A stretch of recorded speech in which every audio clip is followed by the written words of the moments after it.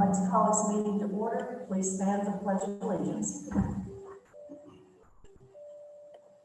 I pledge allegiance to the flag of the United States of America and to the republic for which it stands, one nation, under God, indivisible, with liberty and justice for all. Please bow your heads for a moment of silence.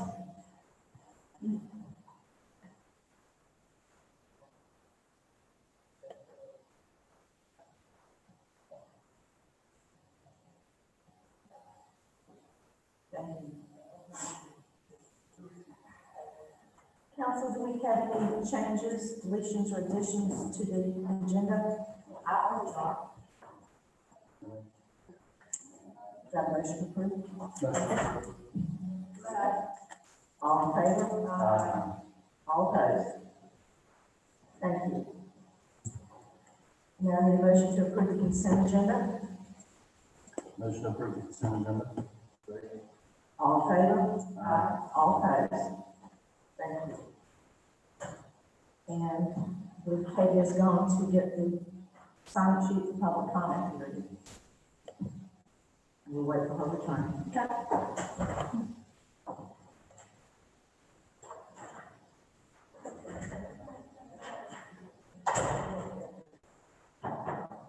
Wait, anyone signed up for public comment period? Yes, Michael Young.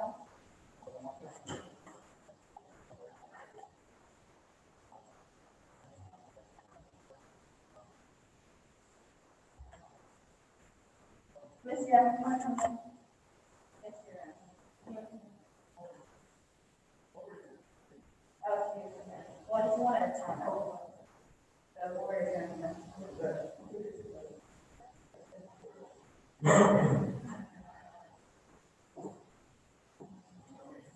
Lori Karen, 2216 Gilbert Hall. Thank you. Say that name again, please. Lori Karen. Karen? Karen. Got it.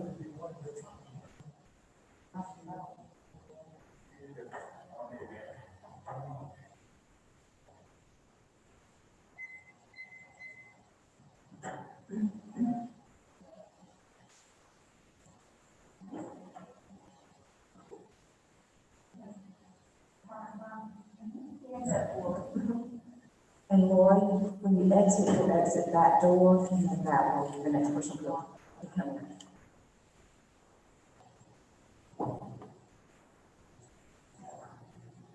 That's right, yeah.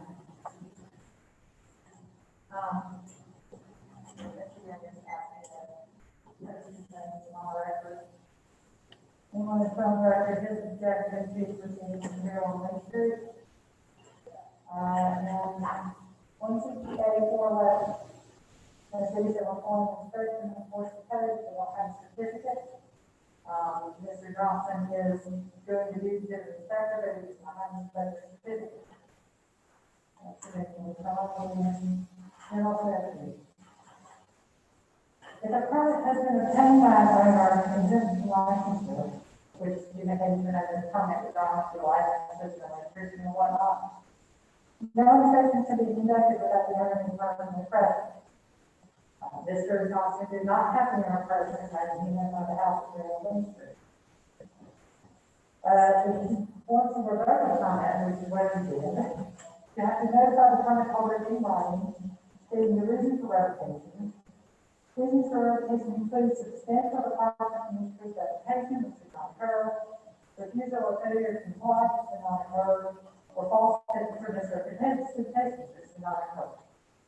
There was a permit in place for 301 Main Street in August of 2019, and I'm sorry, I'm trying to find that point for you guys.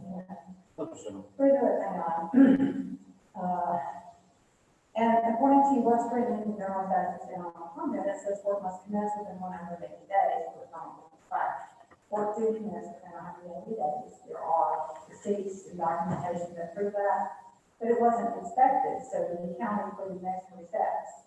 We didn't realize that the inspection was required to keep it because we didn't commence work. So we had a frame inspector come out, he inspected the frame, the foundation, the corridors, everything. He said that there were no structural defects have the house be condemned. He didn't find anything structurally wrong with the house. The house has been completely gutted. There is no electrical wiring except for pole service. The house is padlocked, so there is no any entry. So as far as presenting a safety or health or fire risk, it just doesn't. And these are the reasons stated for condemnation. That they don't appear to be valid, in which case we'd like to have the permit pulled back out of extra status. Because when the county returned it to active status after the inspection, Mr. Johnson took it upon himself to call the county and make them take it back to expired status. He also stated to Mr. Young that he would not give another permit under any circumstances. He would not give him unless the defect of the property was correct. He would only condemn the property, and that was Mr. Lakeman's only recourse, was to knock it down and do it. I guess it's it. Thank you. Thank you. I do have one question. Do you have a copy of that inspection report? From the Gilbert County inspector? Mhm. Yes. Okay. Do we have? Oh, do we have a copy? I don't have one written down, sorry, I can certainly get one to you, council, before the meeting. But I need to do someone outside that will bring it. Well, the report that said there was no structural defects. Yes. There was that, the county was out. That's the county inspector. When he came out, he did a partial pass on the framing that was existing at the time. He can't do a full pass on framing because it's still work in progress. And when was that, what date was that for the inspection? It was in May, 2021. If you could give a copy to us just tomorrow, we'll be fine. Yeah, certainly. Thank you very Is there much. anything else you guys need? I can- Okay, thank you, Sam. You guys will take this out. Thank you. Do we have anyone else signed up for public comment? Everybody else signed up. Okay.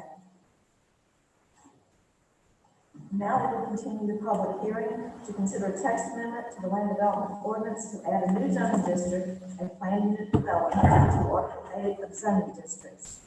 Matthew? Good evening, Mayor and Council. This was heard by the planning board, and it was unanimously recommended in favor to town council at their November 18th, 2019 meeting. The council set the public hearing date at their November 19th meeting of 2019 for a public hearing on January 21st of 2020. That was continued until the February 18th meeting. That was also continued.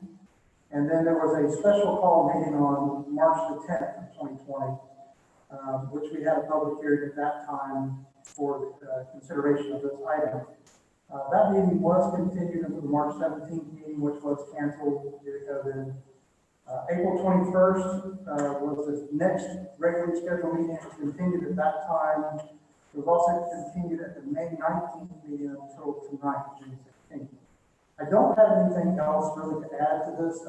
We have presented this to you before. We have a public comment session that is coming up for at least 30 minutes. And then we have our planning consultant from Benchmark that is here to give you a presentation as well. I'd be happy to answer questions now, or I can hold those until we get to the end of that presentation as well. I think that will be most effective. Thank you. Thank you. Thank you. I'd like the first person to speak concerning this public hearing.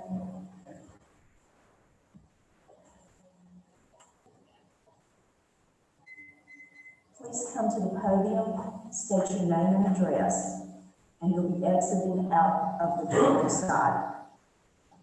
Thank you.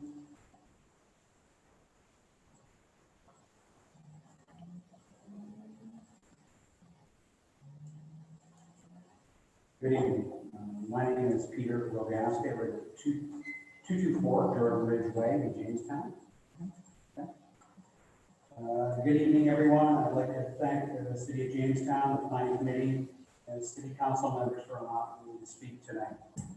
I would like to go on record as opposed to the planned unit development zoning classification. My belief is this classification is for convenience for most developers in large cities, so they can reduce the amount of zoning hearings and not address the issues for these developments.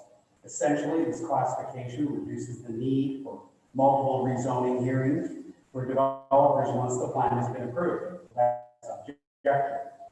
While this is convenient, inherently, this often produces unintended consequences, such as the ones experienced in Greensboro, which is detrimental to the residents and the community as a whole. This often becomes a quick and easy way for the developer to circumvent community needs and increase the density of housing for PUD communities, ultimately leading to increased profits at the expense of unhappy residents and generally the city. Jamestown is a small enough community to control its own destiny without the need of this classification. If a developer must revisit zoning for a particular tract of land, this allows a sober second thought to its functionality and intended use. All parties who are impacted by the rezoning will have the ability to speak for and against the project in a public hearing. With a PUD, no such voice for the community or the stakeholders exists if the approved under a PUD classification. As you can see, this depends on how the PUD zoning laws are written. If indeed they are highly restrictive, very complex, they could protect the community against such egregious changes, which could be detrimental to the community and the city. If the PUD zoning laws are less restrictive, then the developer can do what they want once the project is approved. We see this in Greensboro with PUD involving setbacks and lack of privacy between communities.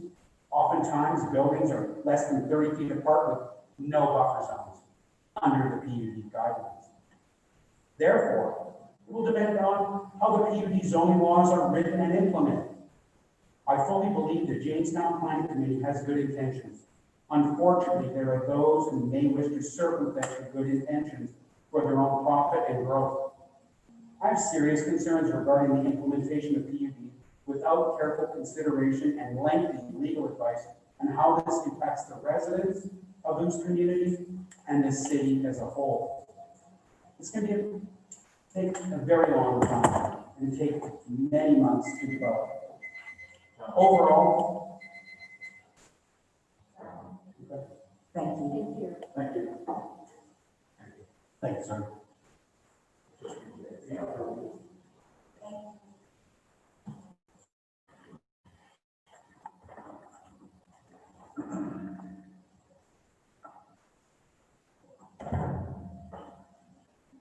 Matt, while we got a second, what's the Jordan Creek zone, bud? I will step up here.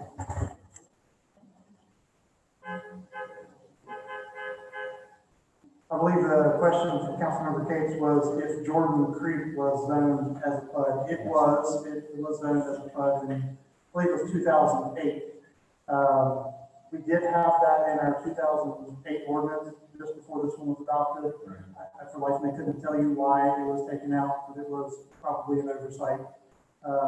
And the gentleman who just spoke before does live in Jordan Creek. That's what I thought. Thank you. Yes, sure. Just for clarity.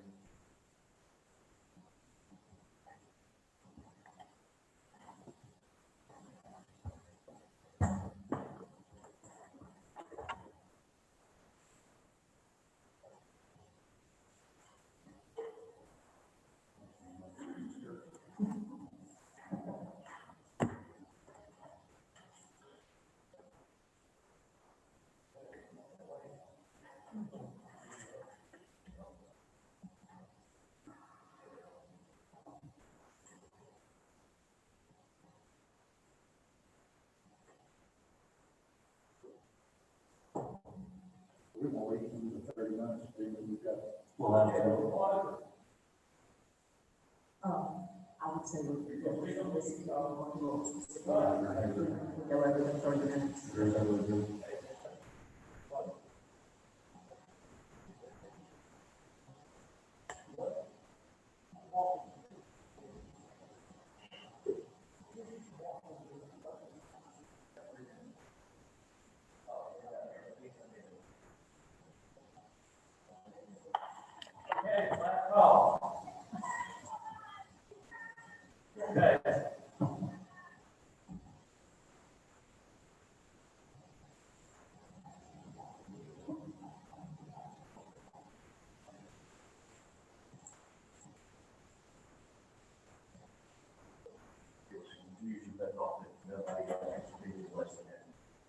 And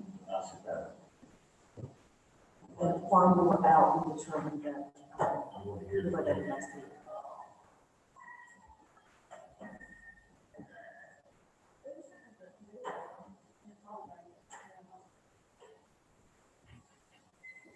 Please state your name, address, and when you're ready to leave, you'll leave out the door to your left. No problem. Thank you. I'm Katie Emerson, 4648 Kingsford Drive.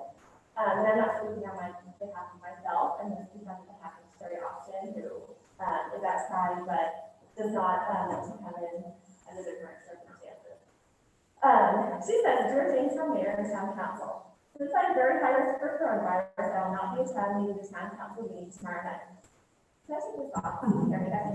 Some 20 years ago, the Guilford County School Board was going through a contentious redistricting process.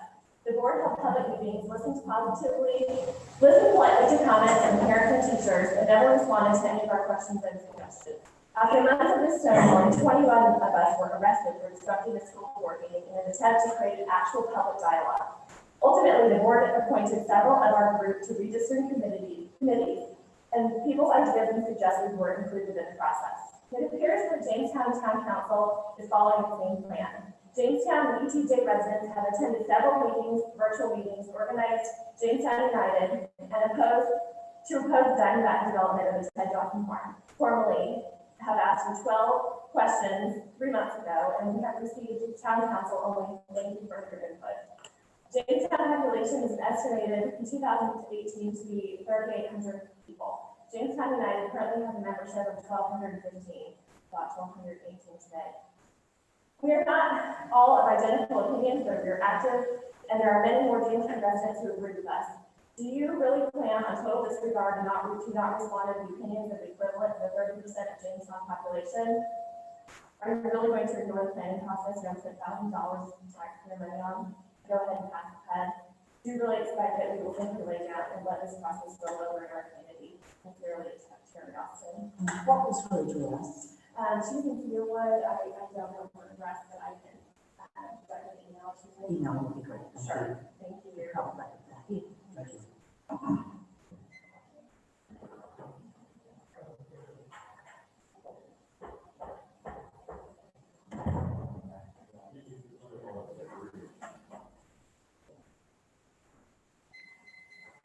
Please state your name and address, and when you get ready to leave, you will exit the door to your left.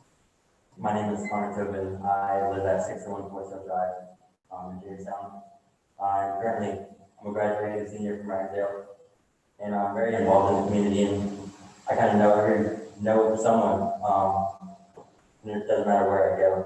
So I believe that preserving some of the quiet spaces in our town keeps the small, homey feel that our citizens love about this town.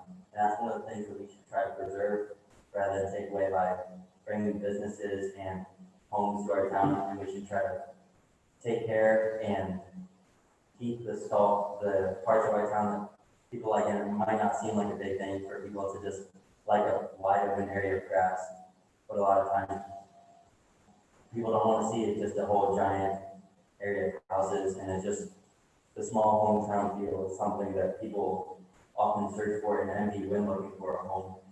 And I think building a bunch of homes would take that feeling away. The feeling of Jamestown, the small town feel it has, is something that other towns envy and other people envy when they come to our town. And we should try to preserve those things instead of trying to take them away from what we have.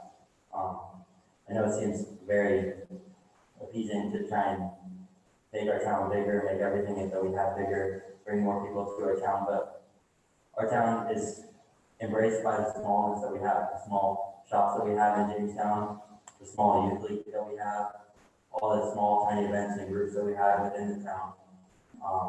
Small group of people that meet at the Renner Park for yoga, those are things that people here love, and they don't want to have those things taken away or the meaning of them be lessened. I currently have a 9-year-old brother growing up, and honestly, I don't want him ever to have to worry about so many people moving to the town and having to worry about traffic on the main roads, and that may seem like a really small thing, and talking about building a housing and building all these new developments, but that's just something that people in Jamestown like, not having to worry about, is there gonna be traffic? Am I gonna have to get stopped at this red light? And I know this just seems like a really small thing, but it's just things that people like about Jamestown. And I think that we should try to embrace and bring more things to people that people like about Jamestown, rather than take away things that people here often embrace and just show so much love for it whenever they live here. That's all I have to say. I think embracing what we have is what we should do, rather than changing what we have. Thank you. Thank you.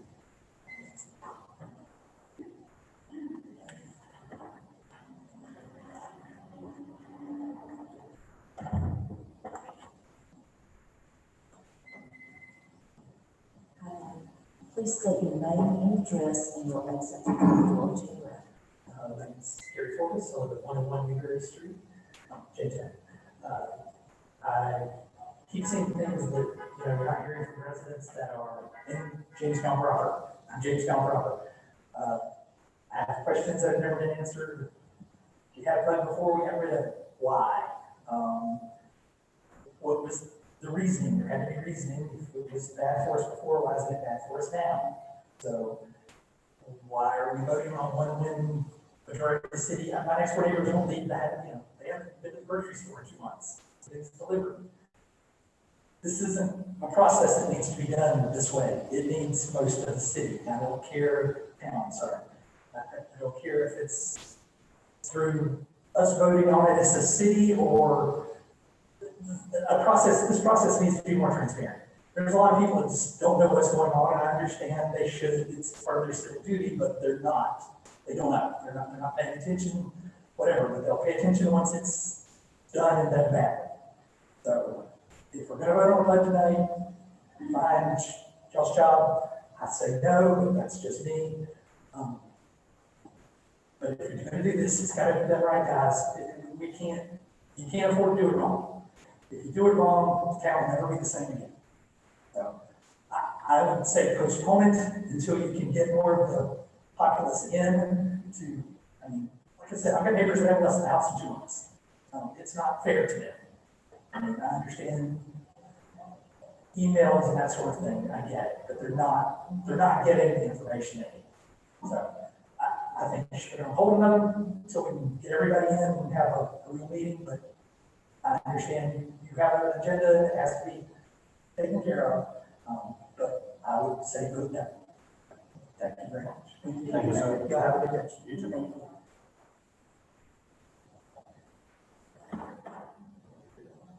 Matthew, just to restate one more time for the record. The PUD was taken off of our existing options by accident, if I understand, or at the very least, it was no negativity, it was just simply not there. Correct. As far as we can tell, it was an oversight at some point in the past. It's about a 580-page document, and that happens. Gotcha. Okay. To Kate's point, can we determine if it's by accident? You say by accident. I can't give you a reason why it's not in the current ordinance. There's no record of it. It was not by design. That's the point. Correct. Can't put a label on it. You don't have a label. That's correct. It would seem like you would think there'd be some sort of paperwork or something if it was a terrible thing and There'd be some hesitation. there'd be a distinction. I agree. That's kind of the concern. That's kind of concern with the negativity aspect that was applied. I would say it actually in the comp plan, that was adopted in 2007, is our clean away plan, under land development goals. It is listed in here on page 66, goal 1.16, it does say planning and development, mixed use and clusters and traditional neighborhood developments. So that was one of the adopted plans in the policy. It was a pre-existing tool that was already But there. it's just not carried over into the land development ordinance from the plan. People are human. Did we have anyone else who would like to speak? Council will, at this time, close the public hearing portion and return to council for discussion. And since this is the first time that we've had the opportunity since February or March to be together to hear everyone else. Well, I thought the consultant was going to come in maybe and talk to us on this. Okay, there's some questions. Have they speak with each other? After he speaks, and we can ask him questions also. From his. And he may have an answer why we don't have the designation in our current ordinance, or if there's a reason why we did it.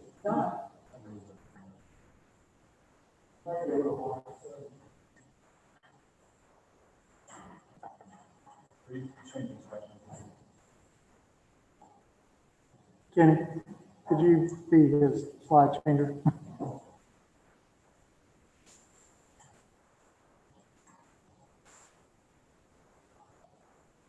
Ready? Yeah. Thank you. Thank you. Good to see all of you again. My name is Vaughn Hanson with Benchmark Planning, for those of you who haven't had a chance to meet yet. I guess back in February, maybe, Matthew contacted us to see if we would be interested in assisting the town board with exploring the plan unit development amendment a little bit more. And one of those things that we did with regard to that is we deployed a survey, and we have the results of that. I think we provided that to you previously. But they also wanted us to come and make a presentation to you and be available to discuss any questions you had about potential plan unit development amendment. Of course, we're working on the comprehensive plan as well, so I guess that made it a little bit easier for us to engage with this, and certainly has provided some good insight into the current situation with public engagement and sentiment about certain types of development in the community. So as you're all very aware, plan unit developments are essentially a regulatory tool, one of the many that we use to regulate development land use in our communities. Their general intent, they're typically used to foster a mixture of land uses, provide for integrated transportation and land use networks, support environmental protection, make better use of infrastructure that's available, and just generally create a more cohesive development framework for a community. So where do plan unit developments actually come from? I thought it would be helpful to have a little bit of history and background for this. So they really sprung out of the planned communities movement that came about in the 1960s and 70s, kind of a reaction to the suburban sprawl and the kind of big homogeneous type of developments between the Levitt towns of the world, where you just had seas of virtually identical single-family homes, stripped the landscape, put a bunch of houses on it, and there were groups of architects and planners and engineers that reacted to that and came up with these new concepts for doing new communities, essentially. So places like the Woodlands, Columbia, Maryland, and others that you see that have been of that vintage were kind of what spurred the movement toward what we now call plan unit development. One of the interesting things, and it wasn't necessarily called that when they first started. They didn't really have a name for it, but so they developed some regulatory tools, and that was one of those that came around. And because of this new integration mixture of land uses, single-family homes in particular that might be attached in some way legally to real estate by having shared common elements, streets that might be private, wastewater systems, golf courses, pools, landscaping areas, things with open space, things of that nature. Residential mortgage makers didn't really have a lot to go on how to value these communities. And so this word flood or plan unit development kind of made its way into the residential lending market and the developer market through that. Next slide.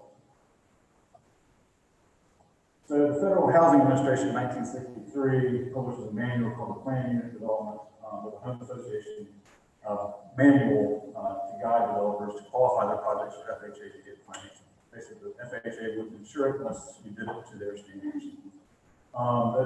Not just this local zoning, but there's also a lending component too. USDA and HUD followed them. And really until 2003, when they rescinded the rule, if you did what is traditionally known in the financing world, the plan unit development, you had to be approved by HUD. The home registration bylaws, the covenants, the budgets, everything that went along with it had to be approved by HUD. That's no longer the case. And it wasn't until 1998, when the North Carolina General Assembly passed Chapter 47F of the Planned Community Act, really there was any kind of real structure for how the state of North Carolina viewed these homeowners association governed type of communities. So really the word plan unit development has its origins in this homeowner association based integrated mixed use development pattern that emerged in the 1960s and 70s that name, PUD, planning development, is kind of carried on through that, through various, became ingrained in zoning and, kind of been with us since that time. Next slide, please. And so because of that, it can be called other things. It's not, planning development is the most common nomenclature that's used for it, but there are other names given to these types of developments. Often zoning words will call them just planned developments or master plan developments or planned residential developments or planned commercial developments. They can be called a variety of things. There are other ways to achieve sometimes these types of developments without doing what is traditionally known as a planned unit development. You can have a type of conditional zoning district that is not a planned unit development, that might have basically no regulation in it. Each time that somebody comes along, they propose the regulations and you negotiate with them to achieve the desired outcome using your legislative process to approve it or deny it based on whether it meets your goals and planning objectives and so on. Development agreements are also another way that you can achieve these goals. They're basically a type of contractual agreement between the developer and local government, where there's typically things like infrastructure involved. So if you're building a wastewater line to serve the project, they would have obligations, you would have obligations. And included with that, you could have things like the zoning designations that could be rezoned to, and each party would be bound to follow through with their obligations or not. And if they didn't, the agreement would go away. But essentially, that's getting to the point. There's sometimes different ways to approach these developments. This is one, and it's perhaps the most common one. In North Carolina, the planning developments haven't been as widely used over the years as they have in some other states. If you go to South Carolina, you'll see it much more frequently used, much more frequently for smaller projects. And that's kind of a reflection of the development climate as well as the legal structure of zoning in South Carolina. But in North Carolina, they are used, and we have some examples that we'll go through just to kind of make sure you see the whole game of what these. So in North Carolina, there's not really a lot of explicit mention of the planned unit developments in the general statute. Planned Communities Act, but it doesn't say planned unit development anywhere in that 47F. It's traditionally viewed as a conditional zoning district. It can be something called a floating zone or be done as a special use permit as well. But using it as a conditional zoning district, especially in the last maybe 10 years or so, when that type of general conditional zoning has been more in favor, has been the trend. Of course, conditional zoning, like any other kind of zoning mechanism, that's what this essentially is, requires the same legislative process you're going through, essentially now with public hearings and things of that nature, and final approval by you after a recommendation from the planning board. Generally, the development standards within the planning unit development are set forth in the conceptual development plan, talk about what those might entail, and so that's incorporated into the actual zoning map, and those attach themselves to it and move forward with the project. And so the future development is then governed by that conceptual plan. And any kind of amendment to that, if you want to change a major street location, if you want to increase density, if you want to add a commercial area where something might have been residential, you would have to go back through that same legislative process, going back to the planning board and back to the town council and having a public hearing and comment and things of that nature before the council could consider approving that change. And so really, basically starting the process, the town council would be free to say that they weren't interested or deny the amendment because it wasn't consistent with their plans or with the original intent of the development as approved. Next slide. Planning development concept plans, and so just touching that briefly, so they can really spell out whatever your ordinance wants them to spell out, but these are the things that are typically within a concept plan. It dictates maybe by area what the land use is in general, sets maximums for residential density. Yes, ma'am. Let's ask a question about, are those you're saying, those are within the PUD concept plan? Can those be put within the ordinance? Yes, and so basically you specify by ordinance Okay. in your I'm not talking about specific project, but in the ordinance. right, in your LDO, your use zone, you could specify that these individual items or more or different ones could be required components of the concept plan. And those would carry forward as conditions with the approval. And so going through this, pretty much you can add in anything that might be perceived. You can specify that you would follow the general provisions of the zoning ordinance as it is, or you could have different. Yes, ma'am. If you did that, sorry to stop you, like a concern I had is density. So within the ordinance, can it say like residential excuse me, cannot exceed the density that is in our regular ordinance? You could do that. because when you think of a PUD as being more dense and more units. So is that how you control that? That is one way. Sometimes conditional zoning districts refer back to the base standards of the district, and that's how that will go forward.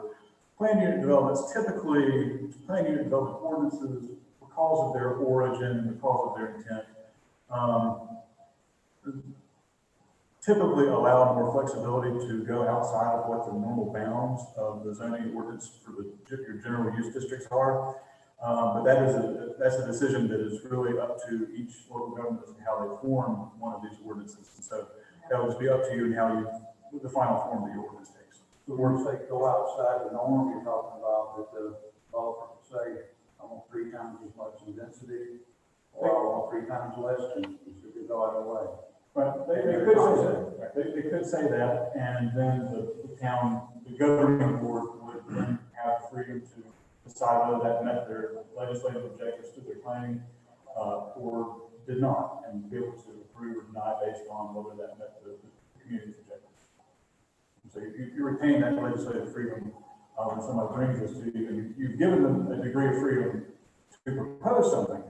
And assumably, after a negotiated process, we discuss the values that each party might have, and hopefully come to some reasonable conclusion there. But that's the general concept. Now, let's get into what you just said. That becomes the back and forth between planning and the developer. And say things such as, we would like to see this, and we want this, and we want that, kind of push it for you. Yeah, so in general, the process in most communities where this negotiation typically takes place initially at the staff level, where the planning director, manager, others involved, engineering department would have some idea of their community's goals through their adopted plans and general knowledge of their governing board. And we work with them, work with the proposed developer to come up with a plan that they think might be acceptable and might pass muster with the planning board and the governing board. They can also say, well, this might not be the appropriate location for that, and you're probably not going to, this might not work out so well for you to bring it forward.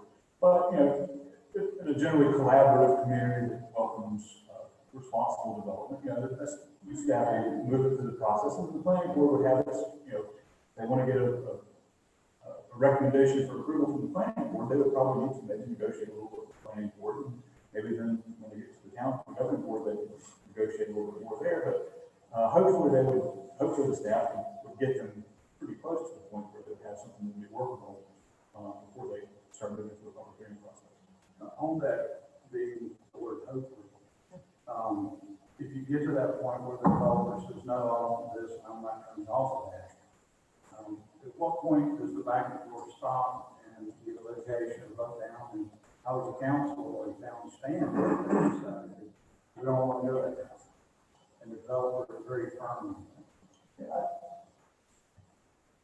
That's kind of at the point where the developer just decides to take their chances. And in most ordinances, you're precluded from resubmitting an application for the same piece of property for a year or something like that. You probably have something similar here.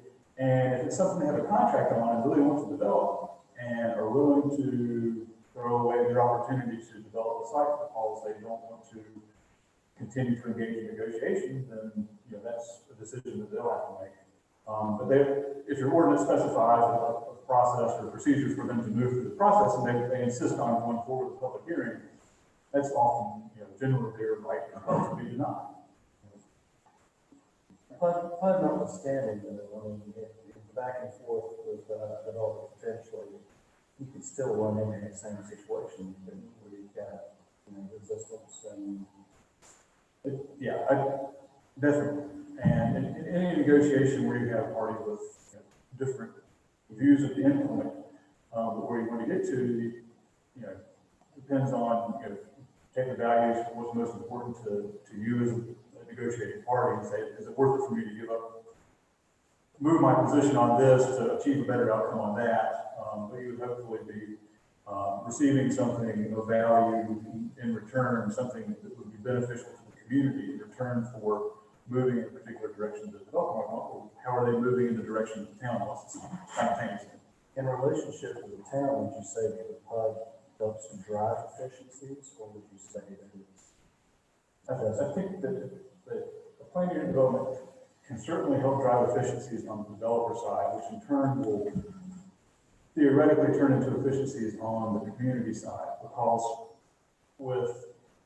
if you take a piece of land X that's, 100 acres and 10 different developers develop it without talking to each other or necessarily talking to the town over a period of 20 years, you're going to perhaps end up with a situation where you have disjointed infrastructure and maybe not the most efficient type of transportation access to that 100 acres of land, where you could have had 2 major driveway cuts and stoplights. You now have 10 uncontrolled access to that piece of development, where you might have 10 pump stations, right, where you could have had 1 or maybe even none. And so things like that from the infrastructure side is where the community sees the benefit. Also, if you have a goal of establishing, some sort of cohesive architectural pattern, development character in the community, if you can have a piece of land under unified control and adopt some zoning mechanisms such as a plan unit development approval that would codify that particular architectural character or development style that you're looking for on that 100 acres at once, instead of maybe this council wants something this way, but 6 years later it's a different council and the next 2 or 3 guys, they do something a little bit different. So you might have a little bit more haphazard appearing or aesthetic development pattern.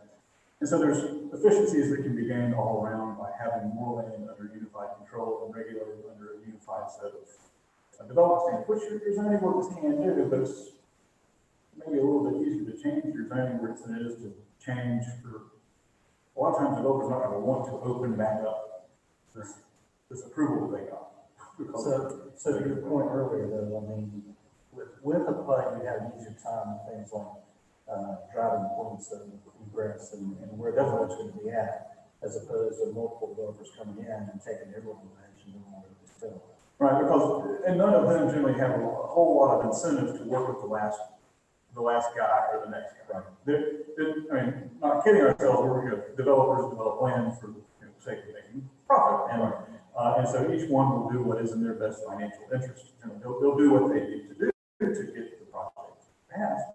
But they're not so concerned necessarily about the person beside them or what's going to come after them if it's not to their benefit to do so. That's what becomes our job, then, is to make sure this stuff gets. It makes it harder, and it's harder for the town to impose that, because if you're working with DOT, NCDOT, for instance, on a state road where they're getting access from, they're going to give the next guy access, even though this guy was there, might have a more advantageous location for a shared street or shared driveway access. Okay. Sorry to interrupt you. No. Thank you for your questions. I think we'll probably move on. So I just wanted to kind of pop these up. Some of you might be more familiar with them, not. And so this is really to reinforce the point that plan unit developments and things that are akin to plan unit developments come in all shapes and sizes and all kinds of different components. This one you probably might be familiar with. This is over in High Point, that behind the YMCA, Hartley Drive. That's actually the Davidson County portion of High Point, it's a Laurel Oak Ranch. It's primarily a residential plan unit development. Fairly conventional, mostly single-family homes. There's some parks associated with it. Townhomes, next slide. That was the plan, and that's what they got. Pretty conventional stuff, but they scraped a lot of land really to make some of that happen.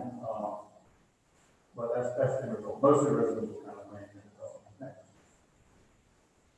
So this is down in Fort Mill, South Carolina, just off Interstate 77, Baxter Village. I'm not sure if any of you have ever been there. If you haven't, I would recommend going there. I've been there a few times just to some colleagues to look at what they did there. And so this is a more integrated, so right on the interstate highway. Where did you say it was? Baxter is Fort Mill, just a few miles south of Charlotte, on 77. So this contains, like some of the others we'll look at here, a small kind of downtown area, right? Multi-story, two-story buildings generally. Contains some multifamily, a good bit of single family, both smaller lots as well as larger lots when you get into the more wooded preserved areas. But it also contains things like park, regional park, the YMCA, and elementary school in there. Those are things that the developer did to get approval for Baxter Village. Do you know the acreage of that project? Not off the top of my head, it's pretty big. Yeah, pretty big. Thank you. And so that's what it looks like today. It's fairly well developed. The architectural guidelines, for especially the single-family homes in there, and the way the neighborhoods were developed, I think, I really like it personally. It's more South Carolina style than you might see of Jamestown, Guilford County style, but I think it demonstrates what you can do with the right type of regulation. That forestry that was still there, is that undeveloped? Yeah, Or is it not going to be developed? it's not gonna, it's all land, preserved as open space as part of the development. That's one thing you'll see in most of these is there's fairly large amounts of contiguous preserved open space that's both usable and serve purposes such as stormwater infiltration, preserving wildlife corridors or other important aspects of the project. This is Southern Village. This is just south of Chapel Hill on 501. This is maybe a little bit more commercial development. A little bit easier to see on the next slide.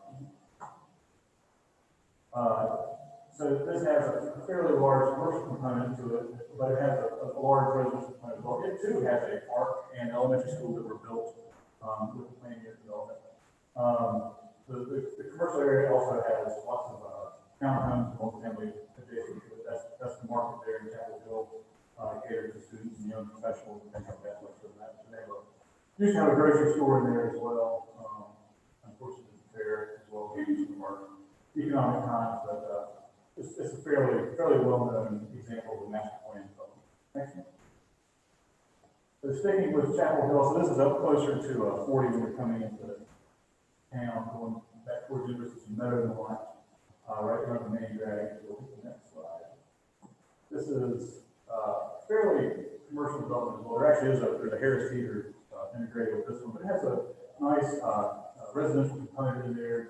The architecture on the residential component on Meadowmont as well, it's probably a little bit more corresponding to what you might want to see in an area like Jamestown. It might not be as much brick thing as you might want to see, but the architectural style, I think, is very nice in there as well.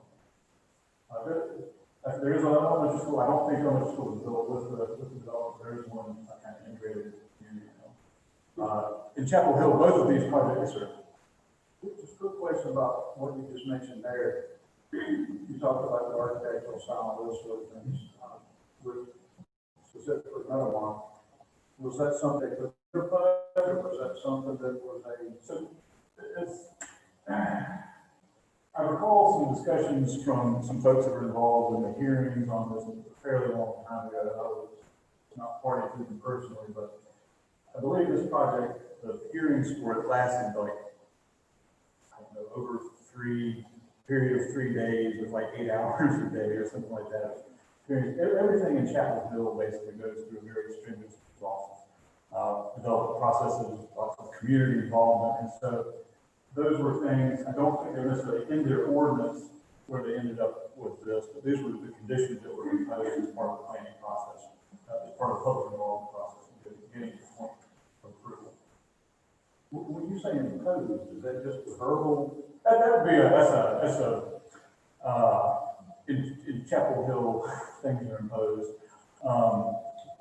The developer agreed to meet the community's desires for the type of quality architectural design that the community expected, and the developer then agreed to do that as part of the approval. If they would not agree to do that, it's unlikely that they would even proceed to set it.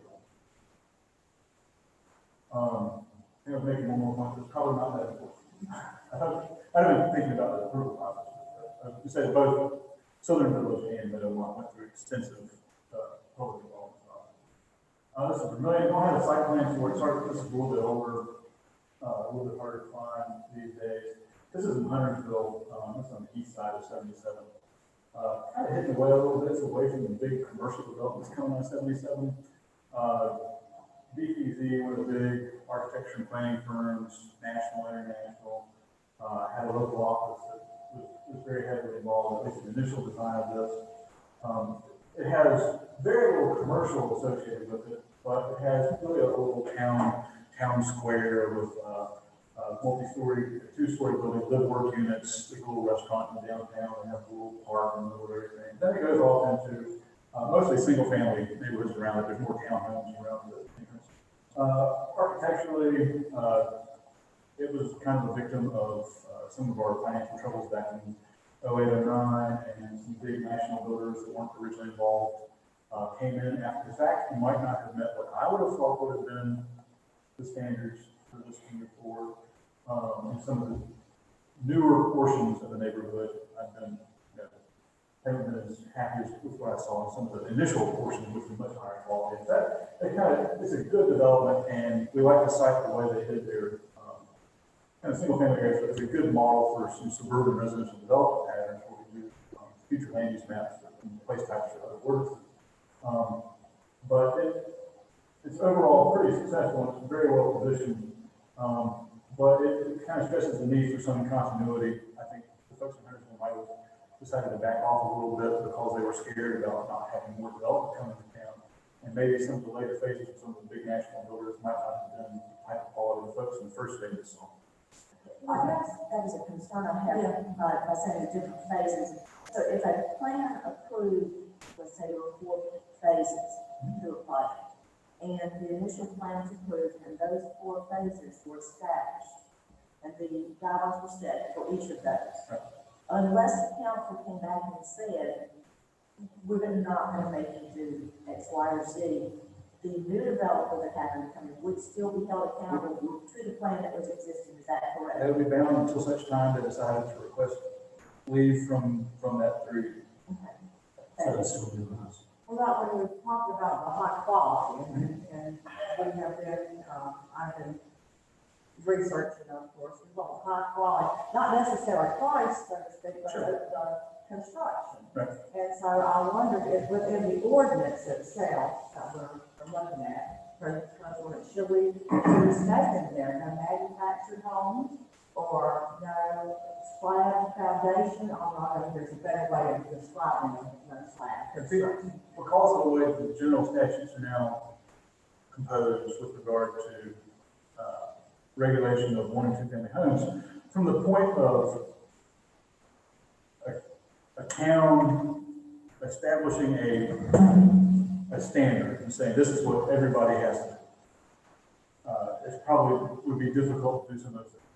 But through a negotiated process where the town made its views clear about the kinds of outcomes expected, and we are moving this direction for you, Mr. and Mrs. Developer. And in response to that, you would be expected, you the developer, would be expected to move in this direction in terms of what you were proposing in terms of the quality of the houses that you built. That can be expressed in a number of different ways, with a number of different channels to them. But we do not have that legislative ability to.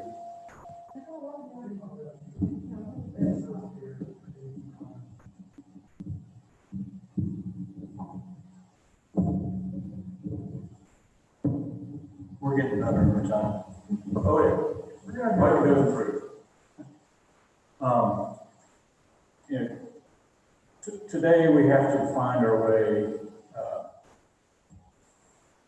This is actually a circumstance in where you would potentially have more ability to exercise some judgment and control over things like the quality of residential architecture. Whereas in a situation where a developer came just straight rezoning to a general single family district, you would have zero control in most circumstances. So you could not put that wording within your ordinance. You do that by your process of negotiation. Sure, and what you would, things you can do include, specifying as part of the concept plan that's adopted that be one of the things that they tell you about. And that become, whatever they want to do could become a condition. You can choose to say. I'm not talking about, I'm just talking about In the ordinance, it would probably not be wise to try and explicitly do that. Well, to that same point, if that's going to be part of your negotiation, before it all goes to planning or to the planning board, to the center council, aren't you doing exactly the same thing? If it's not written, what you're saying, isn't that the same thing? Well, the council would still be free to approve it without those conditions. There'd be nothing to bind. If the council chose to, they didn't need to worry about the architectural conditions, then you would be able to approve it without them as well. And so the only time it's gonna, if it's in your ordinance, that's when it matters the most, and that's where you can run into some problems. I think that most communities have, when you're dealing with a project of the size and scope of a typical large plan unit development, there are generally trade-offs. And, there's developer might be looking for more density than is generally allowed. And you say, well, in compensation for that, you do not want inferior styled or not pleasing aesthetically styled houses jammed on top of each other if there's more density. And so, Mr. and Mrs. Developer, how do you compensate for this addition of density by, would you be willing to do something like committing to a particular level of quality and architectural style throughout the development to make up for the potential negative impact of having a higher density development that might not be as visually appealing? But potentially, one thing I want to be clear on, and I might be wrong, but a lot of these details are going to play in regardless of if there's a PUD there or not. PUD allows us to put an organism, as I'm understanding. Am I on the right track or wrong? It provides for a more deliberate process that would help to consider a range of factors that a standard rezoning and subdivision plan approval process might not. In other words, consistency of plan versus potentially. If I were to acquire a large multi-hundred acre tract of land, I might want to develop 50 acres of it today, and I might sell the rest if I've built everything that's in my market. Right. I might sell the rest, or I might just sell it to the next guy that comes along. Okay, I'm going to start building over in Raleigh now. And then anything goes. Well, whatever the rules are, right? But again, there's not, I didn't like the first developer's idea to connect the road right there, so I'm just going to keep that a dead end, and hopefully I'll get away with it. I'll just put my road over here. And, his trail was 8 feet wide. I only do 6 foot trails. And, it's little things like that that make life rough for your staff. That's where, again, this wrong clarification, but that again is where if a PUD is in place, it helps negate that as a potential outcome. It helps to establish a greater degree of consistency through the life cycle of development and across the geographic scope of the land area that's included in the development. And provided that the council or whoever the authoritative body is at that time doesn't draw a cliff, and they're still in charge of trying to. Assuming that reason prevails and good folks like y'all stay in your positions and are here to supervise things and reject poorly formed amendments to something that might be approved, then the original approval, if it's good, then you should have a good outcome. It depends, exercise from the staff to the planning board to the governing body to the developer, everybody exercising their due diligence and making sure that you're meeting targets you set for yourself is important. There's a lot of responsibility to go around. Go back to that 100 acres again. Sure. Someone purchases 100 acres and it is zoned to the family residential. Sure. At that point, they don't have to ask for rezoning. No. They don't have to ask us anything. No. We have no control. We have no input. They As long as they are following. have to abide by ordinances that are ordinance. already in place. If they build the streets to your standards, install the sewer to your standards, and divide the lots to the right size, and set them back, set the houses back to proper distance, and, that is their prerogative and right under the subdivision zoning ordinance system. And at that point, we have no design, parking placement, landscaping, pedestrian paths. We have no input into that situation, correct? Well, there's some, whatever's within the The ordinance. regular within the ordinance. From a legislative perspective, especially when you're dealing not just with 100 acres of land, but you're dealing with a much larger tract of land, where the impact to the overall community is much greater, even though 100 acres of Jamestown would have a fairly large impact. But generally speaking, you you would have a lesser degree of control because you would have you set these general rules and conditions and standards for the town. So the residential single-family district is applied here, here, and here, and we assume that everything is generally equal in all those areas. But this larger tract might have some unique situations or conditions or needs and different kinds of surrounding development to take into account that you can maybe more easily address if it were a master plan community than if it were done in a conventional. I like conventional development just as much as the next person. I think it's, in some ways, much more efficient for developers to have things done the right way and have a set of rules to follow and just be able to go in and do it. On a big piece of land like this, there's kind of a trade-off because they're not just looking for efficiency, they're looking for some sort of guarantee as well that their investment in large tract of land is going to be protected. Even though the rules might be a little bit tougher to follow, might be a little bit more expensive to comply with everything, they establish themselves, they vest themselves in the property and are able to maintain the value of their investment that their lenders expect them to maintain. Excuse me, moving forward through the process where rules can change, and if you're not putting everything in place at one time in a big tract of land, you can't develop a few hundred acres at one time unless you have the deepest pockets in the world and the housing markets are shooting through the roof. So it's invariably something big is going to take time to develop. And so having some consistency over time is beneficial not just for the town, it's also beneficial for the developer because they don't get the rug pulled out from under them in the middle of the game. So it's a two-way street in your case, then we're talking about this very consistency within that HUD structure then without. Yeah, and there's different, you can invest projects different ways, but having the plan unit developed where some of the infrastructure stuff is maybe worked out further in advance. And you have the ability to be a little bit more flexible in terms of how you arrange your sites to deal with the unique topographic issues or things of that nature. Can be is beneficial all around because then you don't end up with weird streets that are harder to maintain. This is my right to develop this property, so I'm going to push my street through here. When you have a little bit more flexibility, you might be able to arrange the street network, be more accommodating, and have the smaller lots that need to go on that street because of the house curve, something like that. Likewise with structures and everything else goes along with it.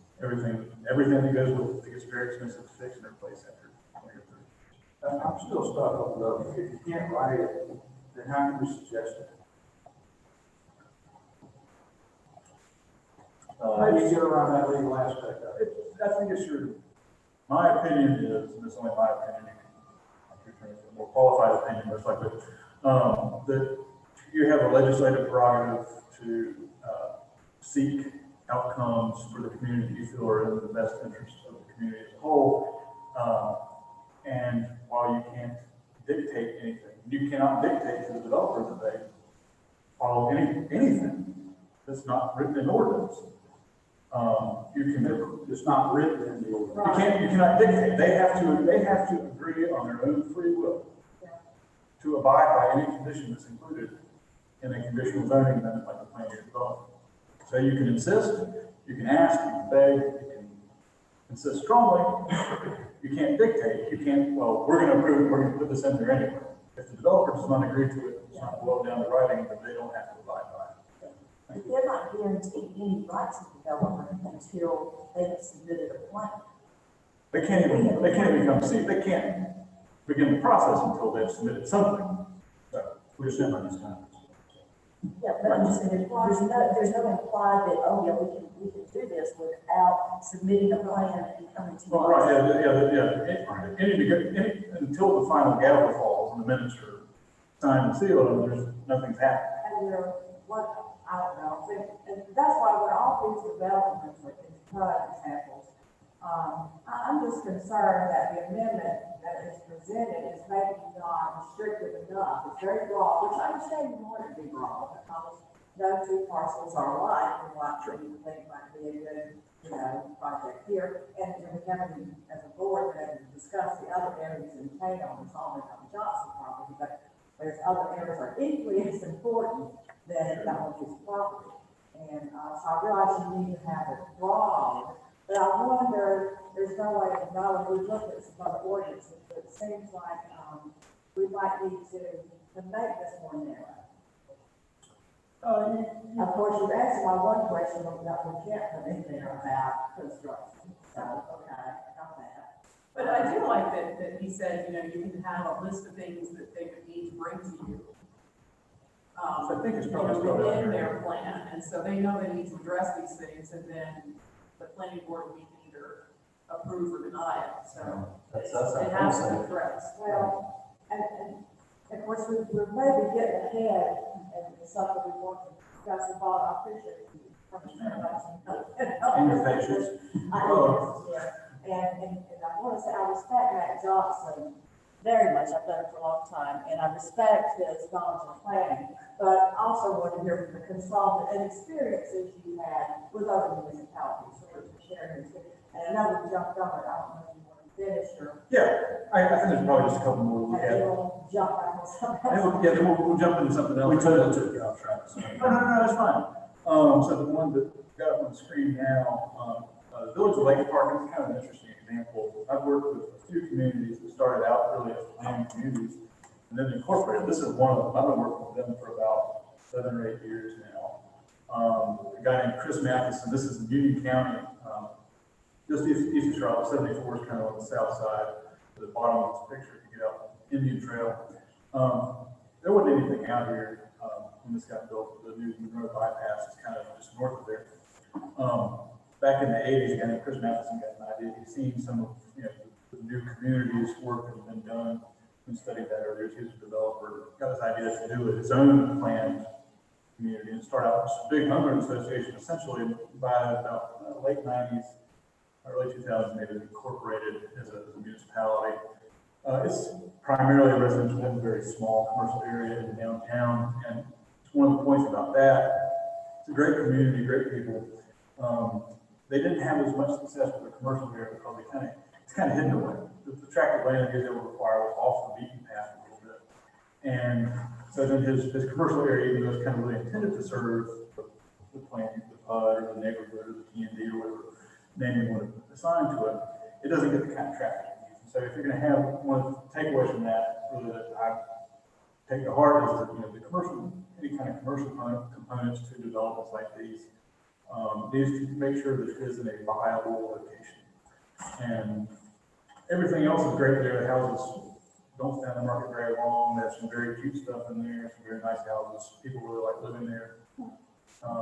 The commercial part of it kind of didn't take off because there really might not have been enough of it, and it just really wasn't in the right place. They didn't put it on a neighborhood.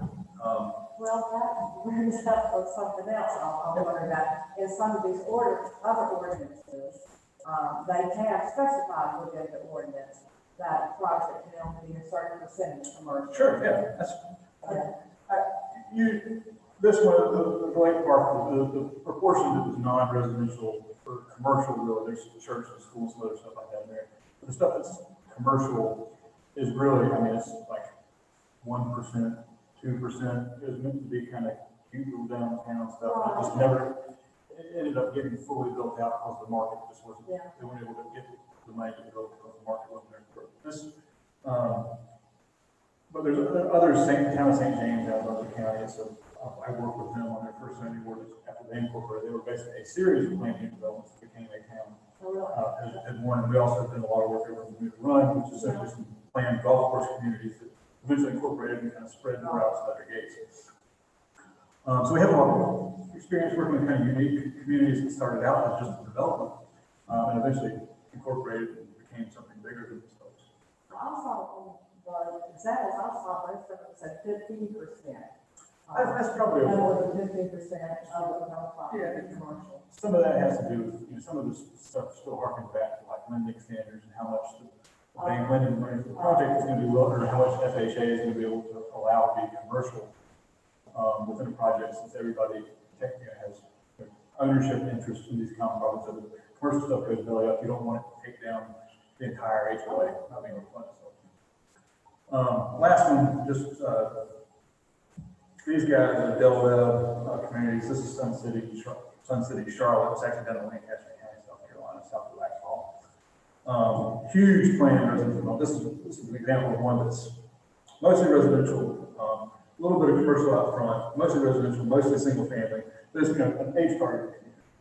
This is, Sun City, starting out in Maricopa County, area, then the big Delaware communities, everybody golf courses and social hours and things like that. But they've spread all over the United States now. There's one down in Beaufort, very popular, but the point being that these kinds of developments, these master plan communities, some called PUDs, some called other things, really take all shapes, all forms, all sizes.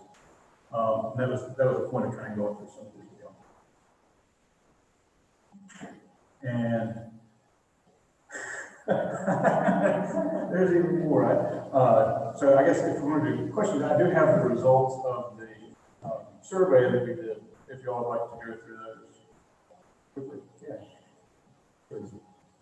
Yes, just a quick question. On the ones or the PUDs that you've seen that have been written, is there a percentage of them where you see some verbiage in it that say certain restrictions, or have you seen, and this is kind of multifaceted question, I'm looking for the best thing, obviously. And if PUD works, it works, but if there's a better way to do it versus just an open, very broad statement that just lets everything happen. I used to think that I knew enough to be able to tell people with some great certainty is how they should, in ordinance, how they should do a plan developed like this. I've backed away from my certitude on that over the years. I think you certainly can do that, and I think you can achieve a good outcome with that if you have a lot of foresight, still allow a lot of flexibility, and use those standards more as a guide than a dictation.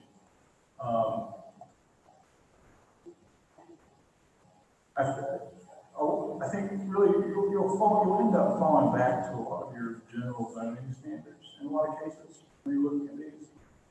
And the developer, for ease of review, might want to fall back on some of those as well. So this is what you do everywhere else in town with regard to lot sizes or setbacks or something like that. This is your R-this district or your C-that district. And so we want to use that for this area or that for this area.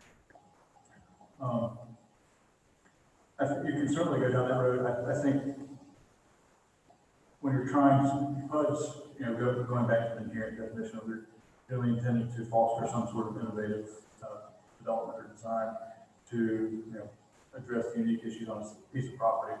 And our ordinances generally don't do that great of a job dealing with unique situations. And the first thing you do when you adopt an ordinance, the first thing you get is something that your ordinance doesn't deal with. I've learned that through lots of trial and error and past experiences. But I think you certainly can go down that road. I think that you have to exercise a lot of foresight and forethought in how you craft those regulations. So if you intend for somebody to be able to want to use them, if you say, well, we have this district and we intend for people to be able to have some flexibility, but here are the 50 rules we've already set, which is fine, but they might feel that there isn't enough flexibility to allow them to do the type of large. We're talking about large pieces of land. If you're talking about 10 acres, it's not as big of a deal, but if you're talking about hundreds of acres, it can be hard to adhere to every single standard in every single instance, unless you've had like lots of forethought and foresight into what they want to do. You can also do amendments and have the flexibility of changing things later on. And if you adopt it and you're, let's say you're going to try it out with something moderately sized and something doesn't meet all your expectations, then you can certainly amend the text of your ordinance as you're considering doing that.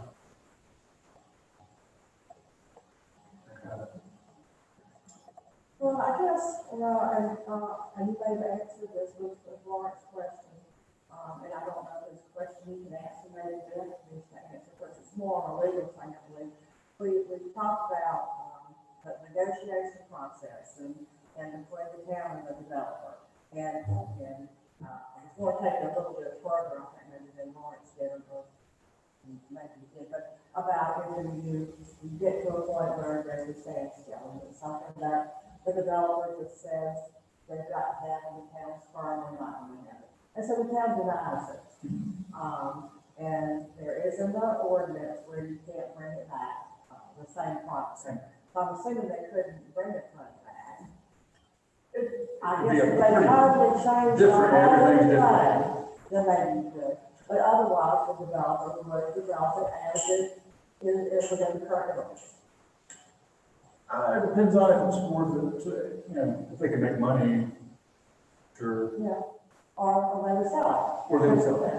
What I'm getting at is I'm not going to put the town in a position, a legal position, if we deny something and then the developer says, well, they were unfairly, targeted or, you know, we didn't have in here that specific use, and so they could have done it. So I don't want the town to be held in a legal position where we have repercussions from the developer. You know, Martha, I think that council is in that position with any zoning case that's brought. If you deny, then you run risk that the petitioner might turn down to see what the court has to say about it. Same thing if you approve it, and the residents feel that they like to hear what the judge has to say. And I think for the most part, and I don't know what Vaughn's experience with that is, there are certain cases, a lot of them out of Chapel Hill and Perry, that you'll see, because those two communities are, as I see, more on the cutting edge. Again, Ron Scott, the stating anything, that they're a little bit more, that they're sort of out in front in terms of cutting edge planning ideas. If that's what you're worried about, I don't see that as an overwhelming concern. And not only developers, you can say, well, yeah, they can bring it back, they have to wait a year, and then they can bring it back, bring a different request back. I will tell you that, I have a case in Cumberland back in our building zone case. And we were denied by council. And my client, we sued. And we lost. Council's decision was upheld under the continuing. And a year later,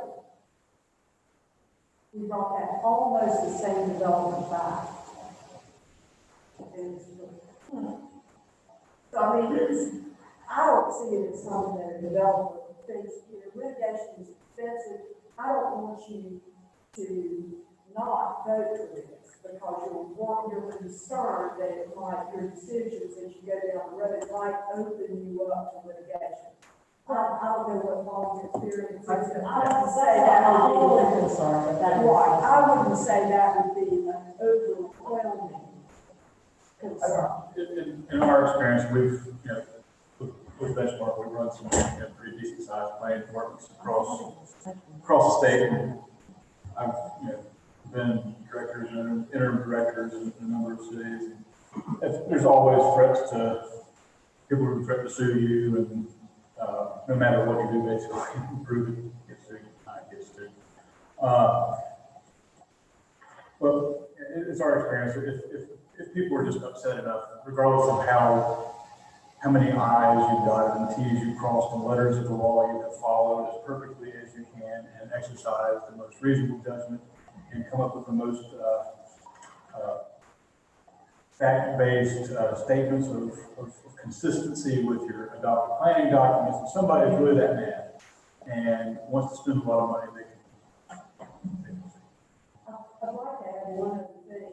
Under the statutes, I put that in my memo, you're given by the state itself and by the courts, I think, local governments are given pretty wide leeway in terms of zoning and land use for the property that's within their jurisdiction, because courts in the state realize that who knows best about the land uses and the rules and planning rules in their communities, but people live it. And to your point, then we could write more of it down. To your point, then we could write more of it down without the state coming back and saying that's illegal. Well, the only thing that I think Vaughn was pointing out, and that I do agree with, is to the extent that you set out specifics in an ordinance of this type, the planning and development ordinance. My concern with setting out specifics rather than having broad brush goals is with specifics. What Vaughn was saying, but not in these words, is we don't have a crystal ball. And that the process will start when the developer brings you a plan for you to look at.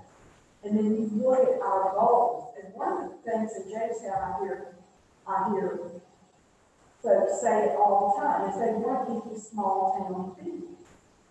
And I think that's very fine. But to me, if you set out certain restrictions where we don't want this only percentage of this, you're gonna get a plan that won't be that exact thing. So you might want to do a little give and take, as Ron mentioned. But if you've got those restrictions in your ordinance and you give on what your restrictions are, that is a little bit of a planning issue and staff issue, for us to figure out how to do that. So again, I'm not saying don't. I'm just saying, hey, you might want to consider the fact that you all have an opportunity with the ordinance, the way it is, to really have in a way that you don't have in the other use districts that we have in our ordinance. You've got a chance to on larger tracts of land, to really have an input as to what's going to be. I think, making sure that the ordinance can be applied to appropriately sized, it's not, everything that comes along doesn't need to be a planning and development. There are circumstances in which it is a good tool to be able to use, and there are circumstances where it would be it would only be somebody trying to get around the ordinance, right? And so it's not every day that somebody, there's not a whole lot of really big pieces of land around this area. There's some, but not a lot. And so dealing with these unique situations, given the development context it has, can be different. And if the counterpoint maybe is that if we were able to write a perfect set of regulations for a particular piece of property, then we would just do it, maybe, and apply that zoning to it and say, whoever wants to jump on in. But I don't think we're headed necessarily in that direction with things. With any kind of zoning regulation or subdivision regulation, there is an expectation that there may be a need to vary the strict provisions of it to deal with unique circumstances. This process, like a master planning process or planning and development, provides the opportunity to take that initiative from the beginning instead of finding, midway through the process, you run into a conflict because somebody can't strictly adhere to everything because of the type of site that they're doing. And when the more land you get a hold of, the more likely you are to run into a problem. That you might be able to identify up front when you're doing your assessment of a smaller piece of land.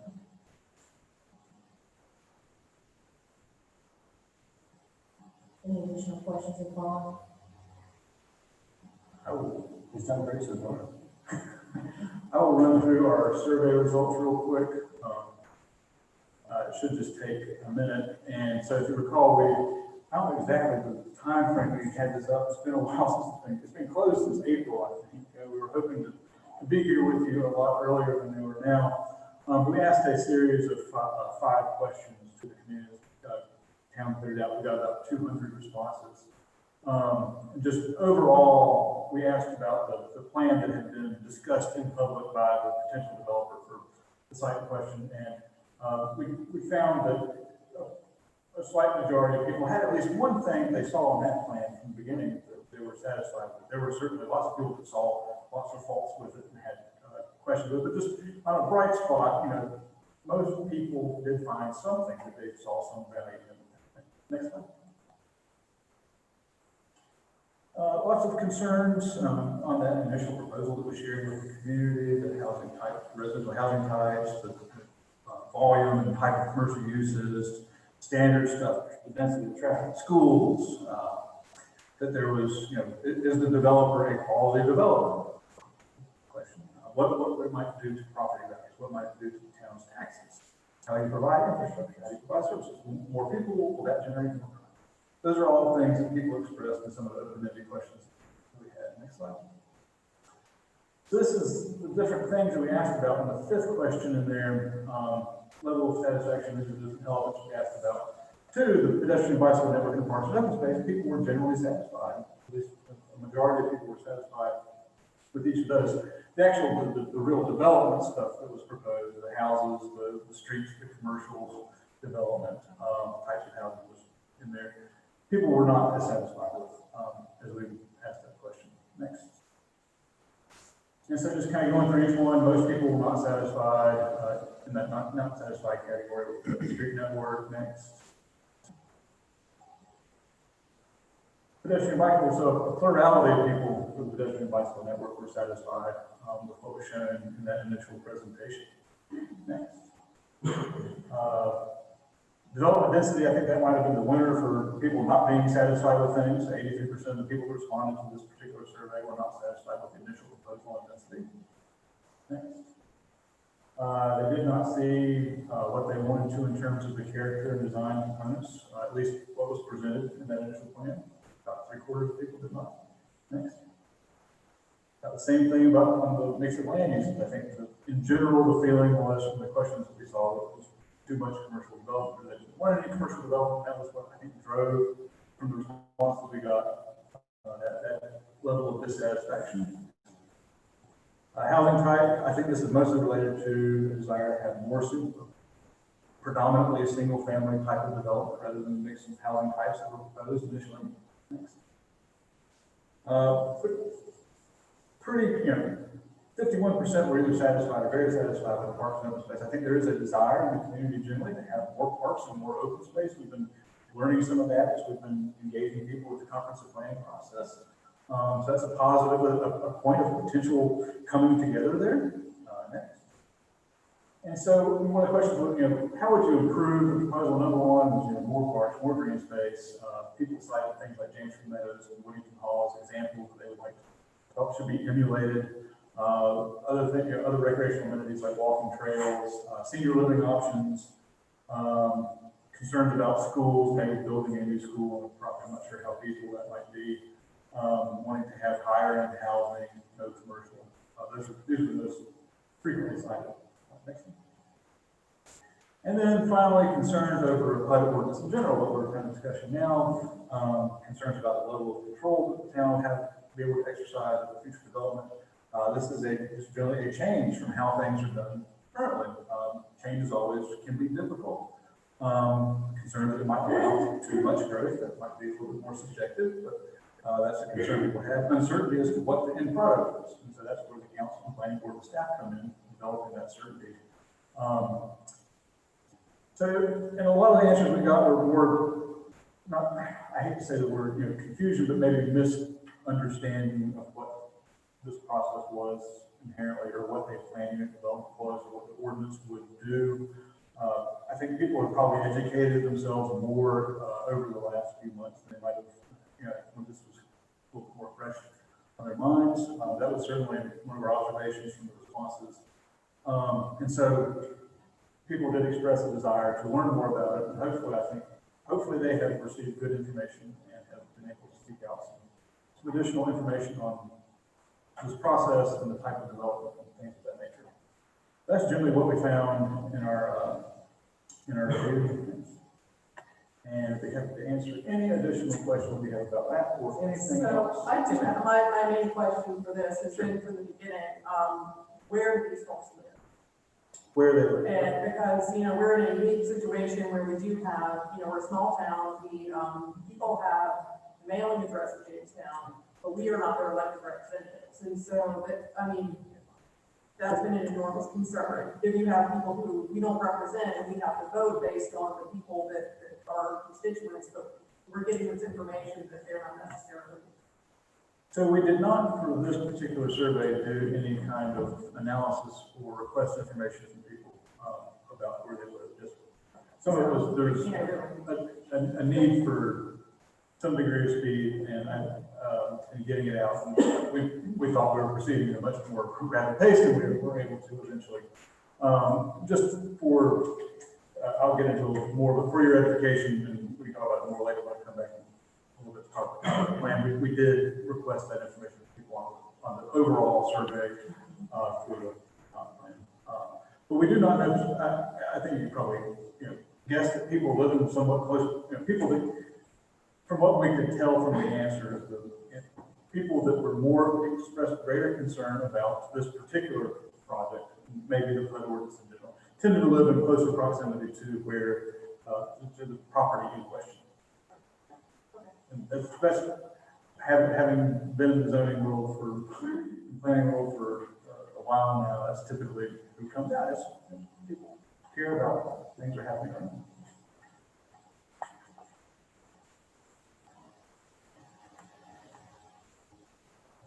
Any additional questions about this one? Thank you. I'll be back soon. Thanks, sir. Very helpful. Before we continue this discussion, would the council like a 5-minute recess? Yes. So moved. Second.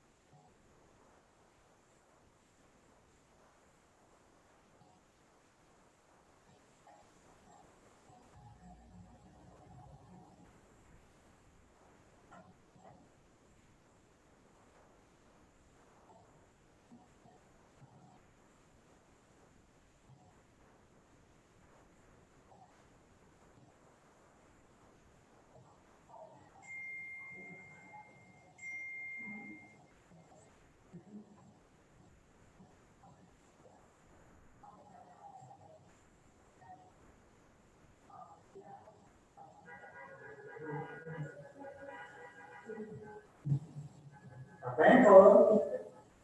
What they do?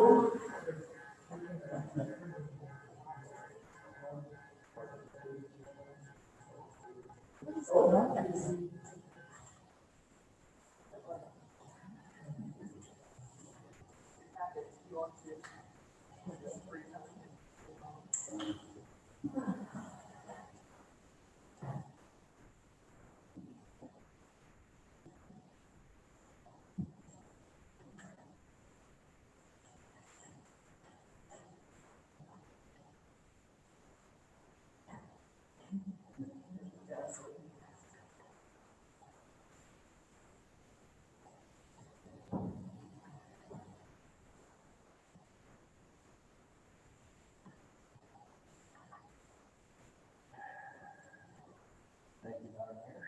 You're welcome, sir. Double minute. Thank you, report.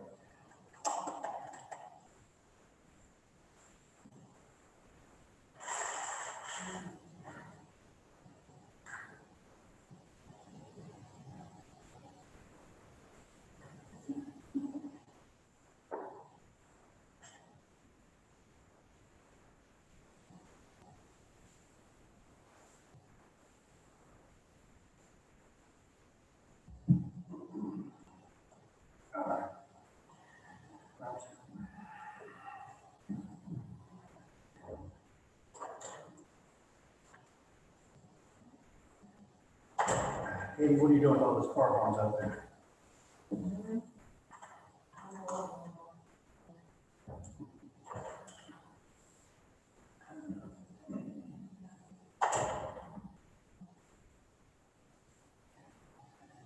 You put that on upside down?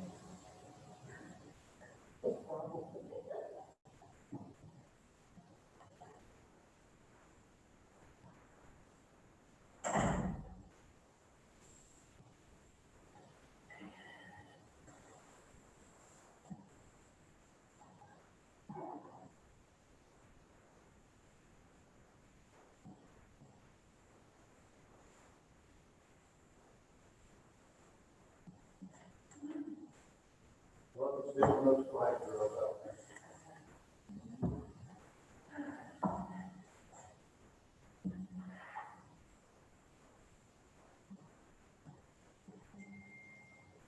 When that in place, I think we're good.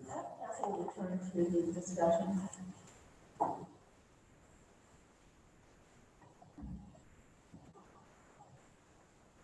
How you wanna do it, go around the table?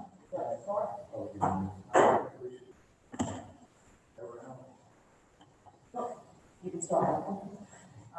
Well, I was scared of saying it feedback, I tried, you're way far up, and they said I need to get closer. We know the town council, of course, we've been discussing this, during the PUD, since February, we're going to, do it, and then it was like February 13th, many of us attended the community presentation by Diamondback, and we learned their intent. And there was a lot of dialogue, and a lot of people were not, well received on that presentation. That was at the community event, and a lot of dialogue and comments have been going on since that presentation.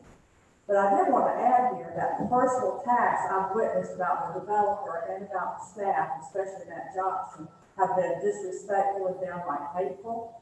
And this is not a reflection of what makes Jamestown special.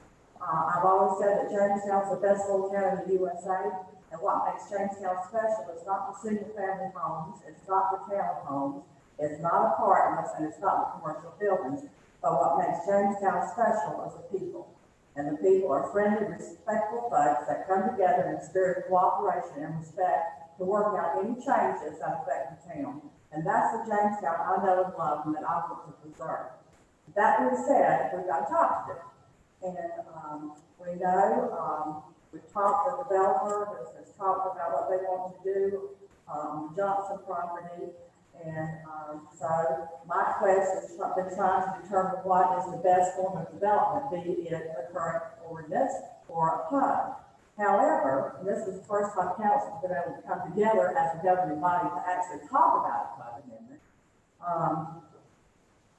And I know it's hard to separate the two between the Johnson property and the PUD amendment, but as I said a little bit earlier during the fall, there are other areas in town where a PUD might be permitted if this proposal is approved. And I would like for us to discuss those areas, because as we said, all of these areas are equally as important. And namely, we had a map that Matt had made at one time that showed the parcels that are 10 acres and over, which is what's proposed in the amendment. But reference especially the Oakdale Mill and Oakdale Road properties, the Almond property and Harvey Road property, which all the property is up on farm, on the farm. Glover property, Will Ragsdale property, George Ragsdale property, Dr. Davis property. These are some of the more acreage. And I rode around and looked at those back, I guess it was first of March now, it seems longer ago than that. But in looking at our first one at Oakdale Mill property, and it just occurred to me that community was actually a PUD. It wasn't called that, but it functioned as a PUD. Because there was the mill, was the employer, the people lived in little houses, and they could work from where they want. There was a little grocery store, so they could go to the grocery store and not have to go downtown. They were in the community. At one time, there was a community house that was built on Oakdale Road, and they would have parties for the folks in the community, Christmas parties and different things. I think that actually burned, it was not built back. But it functioned as a PUD. And I could see where the this ordinance in place, and John, you've been very, interested in the renovation of that part. And as we said, in 2015, the AFT students came and did a presentation to us. I've got it here somewhere, and I'm almost done. But, what they came up was with a traditional neighborhood of mixed use.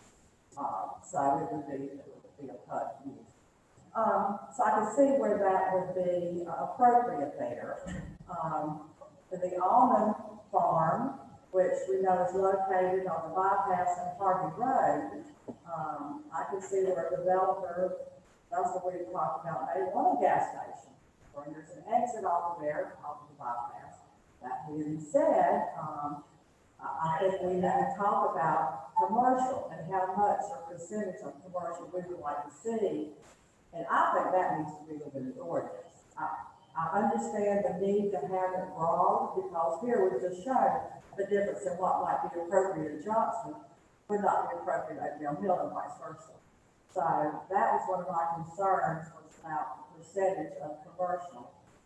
And then also of course, the other areas, the Glover, the Ragsdale, the Davis, there's also property around Jamestown Oaks. All of those are single family residential. So I would assume that if a developer did want to do a PUD, that it would be of a residential nature. And so, of course, just because we pass a PUD amendment, it doesn't mean that all or any of these properties are going to be developed as a PUD. We realize that's just giving that opportunity. But I get back to my concerns about the PUD. I told you about what I think we should have within the actual ordinance, stated a percentage of total commercial for each project, and the density. Unless I was reading it incorrectly, the density, it showed in some other ordinances that it could be no more than what the current ordinance allows. Now, I think that's something we need to talk about, because I would think that a developer, and like you say, we're looking into the future, we're playing a what if game, what if this happened, we're trying to figure all that out. But you would think the developer would make more density. I think we can talk about what we would be comfortable with if we're going to go over what's allowed. And there, like I say, I reread the land comp plan 2025 plan, which I think you must have too, because you've read it. And I will say that there's specific policies in this plan that is adopted that would evaluate for making these decisions that we just mentioned. They encourage the patterns of development, mixed-use cluster, the planned unit development, and the traditional neighborhoods. And also encourage new residential land use in neighborhoods that strike a balance between quality, affordability, and add to the livability and character of Jamestown by providing mixed-use pedestrian-friendly neighborhoods that are well connected to the community via sidewalks and railways, and provide a mix of appropriate uses and housing types. That's what this is. I will say also, if you look at that in the small workshop group results, I don't know if you looked at that. But, and I wrote down just a few. I didn't write all of them down, so I'm not going to tell all of them, which I'm sure you're glad about, but you can read them for yourself. But one thing that people disliked was unplanned and haphazard development. So, there again, that brings you back. Would the planned unit development do that? Would it keep from having haphazard development? Because the parcel of subdivision is developed as a whole in that. But also, I looked at that same thing, and what I disliked was multifamily. So they didn't want multifamily, which would include townhomes and apartments. So I feel like we need to look at this actual ordinance itself, the proposed ordinance, and the language within it. And I think we're almost there. I don't think it would take a lot. And I think we need to discuss tonight. I've given you several of my concerns. And I do think we need to do a little more definition, defining things within this ordinance.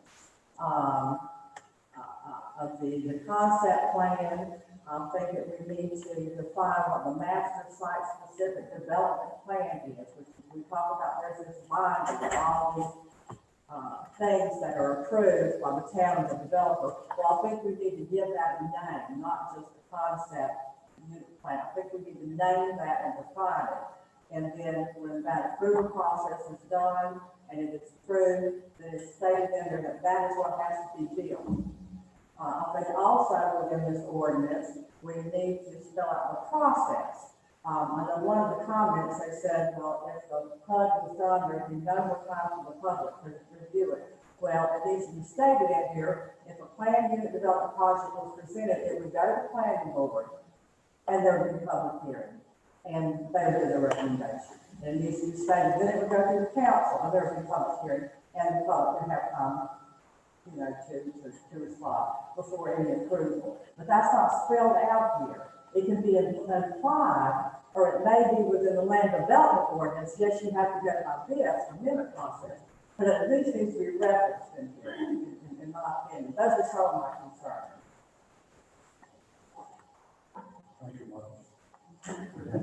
Well, I mean, we talked about the control and the authority, and Beth was giving her opinion of that. Take that as what we should consider. To some of Martha's points, first and foremost, I tried very hard to stay engaged with search committee. For a long time, I was engaged to the point of trying to answer questions, and I was trying to be responsive. And there became a point where there was a certain amount of just repeat negativity and almost vitriol at times aimed at specific people. I want to second what Martha said about Matthew, because quite frankly, I don't think he was given a fair shake by the way some things were represented. I also feel very strongly about the fact that a lot of the way this is spun out, I mean, we've heard about, you know, different aspects of what's happened, and we talked about the number of people that are in this group, or the way things are perceived here. The people that I've spoken with that are actually taxpayers in Jamestown have, generally speaking, one concern, and that was that, you know, the council was looking at the best interests of Jamestown in terms of trying to come up with good solutions and not just something that was going to be arbitrary. I found, starting back as early as February, and I speak for pretty much everybody who else out here, at the times we were trying to meet with people before the pandemic became a full-on press. And with Matt in particular, I mean, I spent uncounted hours just talking to people, trying to get, you know, better understand their points of view, trying to answer the questions that were predominant in their minds. A lot of times going through the same cycle over and over again, answering the same questions, even though we may have already heard it, was going to ask and answer, we were willing to go through and say, okay, let's have this discussion as many times as we need to, in the hopes that we could, you know, come to a middle ground, at least a reasonable understanding that we could address and move act upon. What I found, and the reason I distance myself a little bit from a social media standpoint, was that the same questions kept being put up, regardless. It didn't matter how many times they've been answered, it was almost the definition of insanity, and that if you keep asking it, maybe the answer will change. I'm of the mindset personally that, you know, there are a lot of things that trouble me, but I think the thing that troubled me more than anything else, and I agree again with what Martha said as it relates to, you know, the people and the town itself, the spirit of the town, because, you know, somebody wrote, and I don't remember who it was, I'll give them credit, but they were talking about, you know, we've seen plenty of signs that say Jamestown, but they made the point of, hey, let's look at all these comments and try to keep Jamestown classy.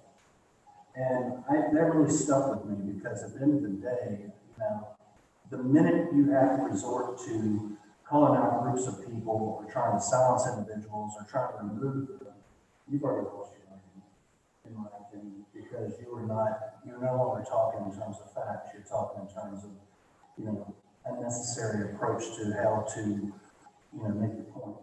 And maybe you've already made your point, but now you're just trying to take a hammer and beat it into someone's head. One of the things that's been brought up repeatedly has been that, you know, talking about the comprehensive plan through 2030, and it has been positioned time and again that somehow we don't have a comprehensive plan in place, and clearly we do since 2007, we've had a plan in place for 13 years. That plan has been very straightforward. That plan actually spoke to the aforementioned PUD text, PUD amendment, I'm sorry, the PUD unit development, and also spoke to other pieces of this under the section on page 66. And by the way, for the record, if anybody goes to our town's website, it is there. You can look all this stuff up. It might take you a minute to find it, but it's right there. Under the land development goals and policies, it says under 1.112, encourage new residential land uses in the neighborhoods to strike a balance between quality and affordability and add to the livability and character of Jamestown by providing mixed-use, pedestrian-friendly neighborhoods that are well connected to the community via sidewalks and greenways, and provide a mixture of appropriate uses and housing types in appropriate locations.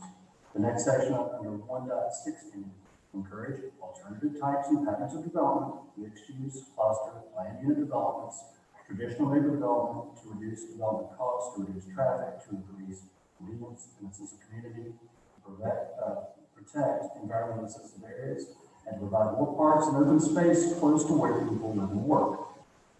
The thing that at the end of the day for me is that there's been so much blended together where the thing we're talking about, we'll just get real simple about it, is a tool that allows some of these other discussions to happen. Other discussions haven't happened yet. I mean, we're just trying to simply say, does it make more sense? Do we get more consistency of development if we have a PUD versus if we don't, regardless of if it's a Johnson property or any other property? The answer that I've come to at this point is very simple. We get back to 2007, the owner of Sullivan at the time, Ted Johnson, who bought that property, stated that they were trying to figure out the future. What is it going to look like in the future? Okay, and nobody has a crystal ball, but he made a point of saying at the time it won't be agricultural use for it. There's been broad interest of it being maybe a combined use or residential and commercial or something along those lines. Okay, fine. So that was a point in 2007. We've had a comprehensive plan in place since that time frame that included something that somehow went away when realistically it had been there before, and we were talking about it as if it was going to be there, and it wasn't. There was no negative intention to try to remove it. It was just simply an error. Everything I've looked at says this was a mistake. So, I personally think, based on the feedback that we've seen and everything else that we've seen, that you're obligated to listen to the taxpayers in Jamestown, support their wishes, and the main thing they want to see is consistency. Vaughn made a point a minute ago about, roads that just don't go in and having multiple ways to get in and out, because as opposed to dealing with the entire pizza, you're dealing with each wedge. Each wedge needs to be something different. Or maybe it's all the same, but it's redundant. And then it starts to look ridiculous. Or worse yet, you may be down. If you ever look at pictures of it, it is nothing but it looks like a novel with a little bit of greenhouse. And, we don't want that. And if we don't try to dictate some kind of course, and I don't mean dictate's a strong word, but I'm just trying to come up with a direction, then, shame on us. I mean, it's up to the council, whether it be us or future elected officials to make these decisions. I feel very strongly that, to Martha's point, there are some points in there that really are worth discussing further. But if we're not careful, we get down to nitpicking too deeply. And what we need is just to say, look, here's the structure we want to work within. These are the land ordinances that we've put in place. We can always modify those as we go. We can make adjustments as we go, and we can address them. I feel like we're at a point where we've had enough discussion that, I'm just going to speak for myself at this point, but I'm in favor of the development. So, again, I'm not trying to kill the discussion. I just want to get that out. You don't want to go? First and foremost, I want to echo Martha's comments. She and I talked a couple of different times, and she has brought up several things that I want to bring up. John, you brought up a few things. I'm not going to be repetitive. However, I would like to say first, I don't think those who I have had meaningful conversations with in our community, I want to thank our volunteer committees for their input and dedication. I want to thank our staff, our mayor, fellow council members, and for what we just got tonight. You brought a lot to light and it helped me extremely. Like others, I've spent many hours on this issue and I'm willing to spend many more. I've had multiple face-to-face meetings with community members, residents of Jamestown, and those that aren't. Bring this up because we, just as you guys have pointed out, so often have been, pointed that we're either hiding something or not doing what we're supposed to be doing, or we've got our head in the sand. So for sake of those folks who are accusing me personally, I'm putting that back out there to you guys.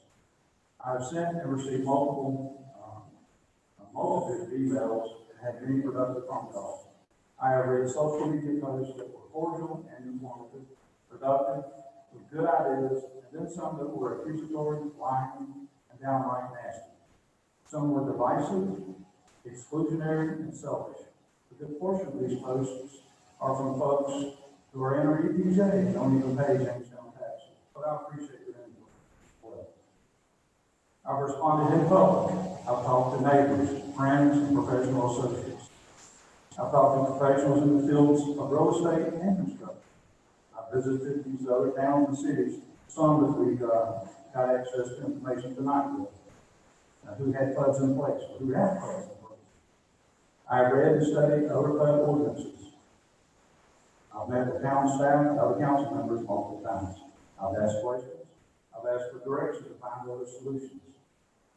I've asked for the reason why we would not include in our flood wording that addresses the concerns of so many. And again, this is back on what you guys have already said, like adding specific restrictions or requirements like density or materials, or keeping clear cutting from happening, or commercial requirements, and many others like these. At least addressing some of these major concerns. I got pushback saying it would potentially put us in the corner. After tonight, I understand some of the pushback. However, in my opinion, with an open and suggestive PUD versus a more clearly written one, we get pushed into the corner a whole lot faster. Finally, I asked for specific information, and tonight I got it. I'm willing to vote in favor of PUD ordinance if we address voice concerns and issues from our citizens and have a PUD written as such, with some of the foresight and flexibility as discussed tonight. I agree with the 2007 LDO points or LDE points, but as well as this 2020 from a different vote. At this point, with the proposed PUD ordinance as written by our planning department, I will be voting against it.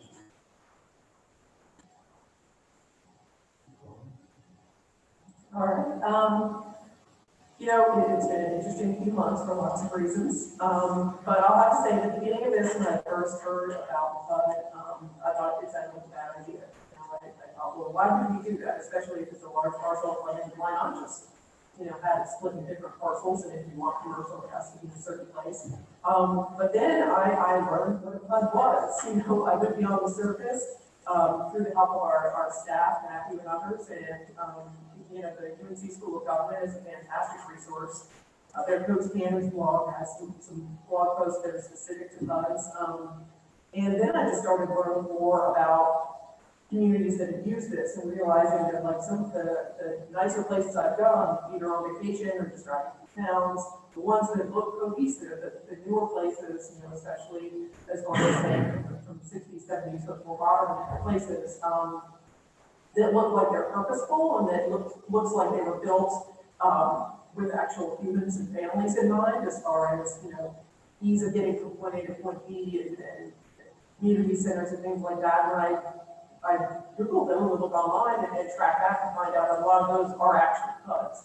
And so to Marga's point, when she was talking about Oakdale Mills, we've been using these for a long time. We just didn't call them something specific. And it's funny because, you know, in Jamestown, especially the downtown area, we kind of had the benefit of that. You know, the walkability and having grocery stores and shops and things close by. And just in recent years, as we've had more restaurants and more of that commercial come in, our little town has become very desirable and more people want to be there. And I'll ask folks when I first meet them in the new town, I say, you know, what brought you to Jamestown? Because having lived here my whole life, I'm a little biased. You know, I love it for different reasons. But across the board, folks in the movie theater say, I love that you can walk to everything that you want. I love the small town feel, the community, and everything like that. And so again, looking into PUDs and seeing what that means, it's kind of just a replication of the good things that we already have in Jamestown.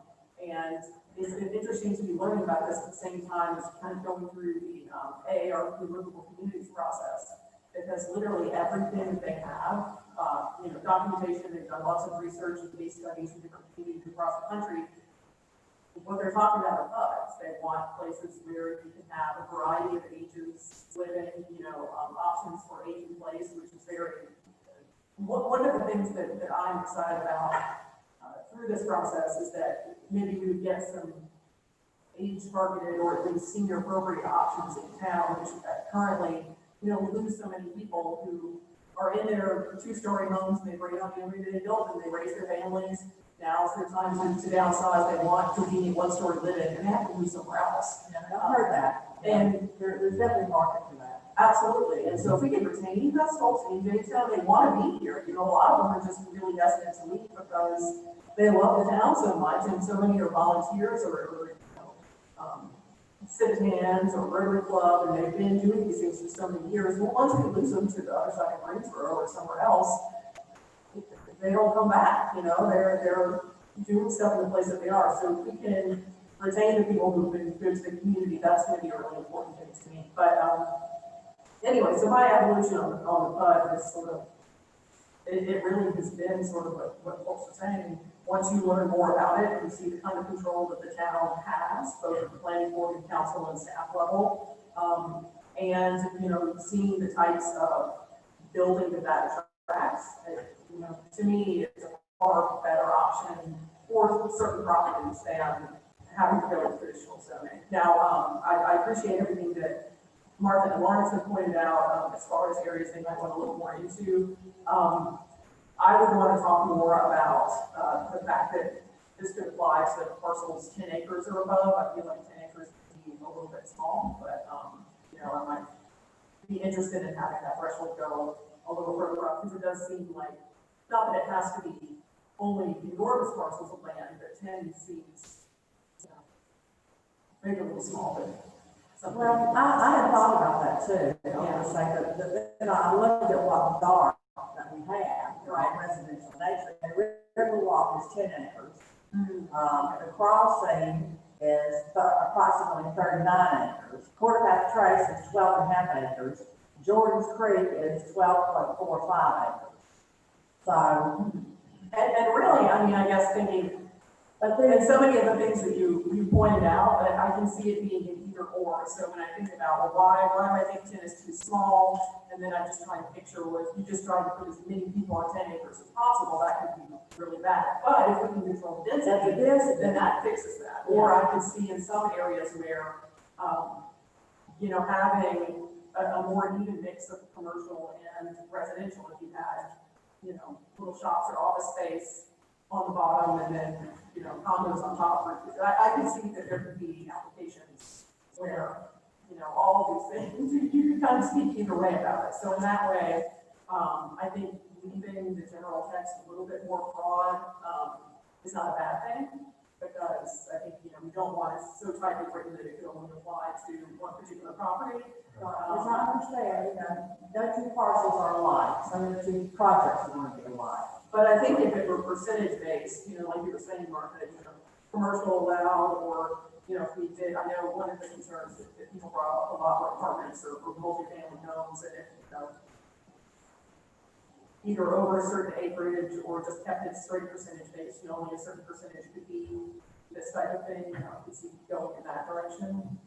But I'm really, I'm looking to discussion and we're on the same page. Overall, I think that after having done a lot of learning about classes, both from, citizens and again, unbiased sources and that type of thing, I think it could be a real asset to our community, and I think it could result in a much better situations in some applications. And again, we don't, just because somebody comes to us and asks for that, doesn't mean that we ever have to get it, or that everyone who came to that.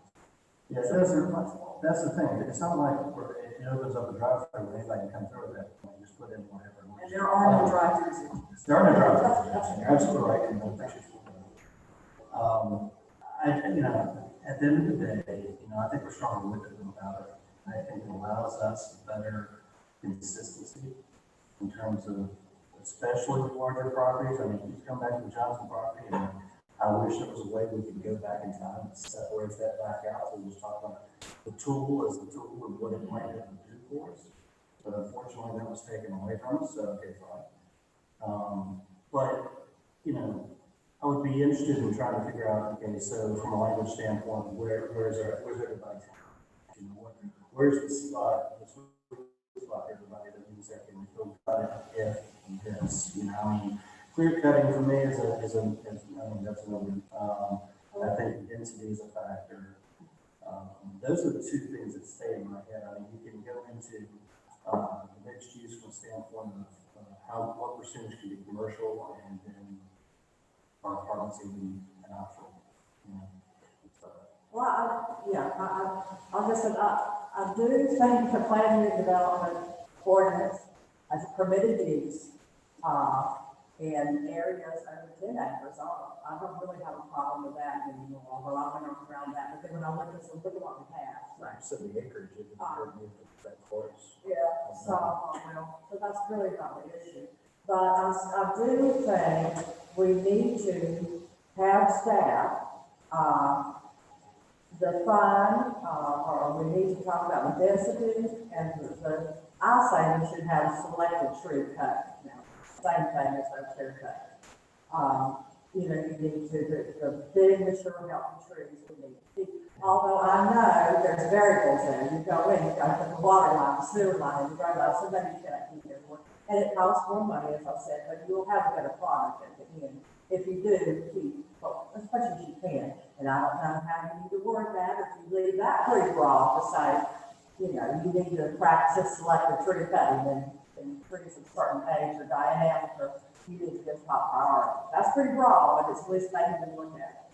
But then I also think we need to have these definitions in there, about, it just speaks about the, you know, the concept plan, that's what's adopted.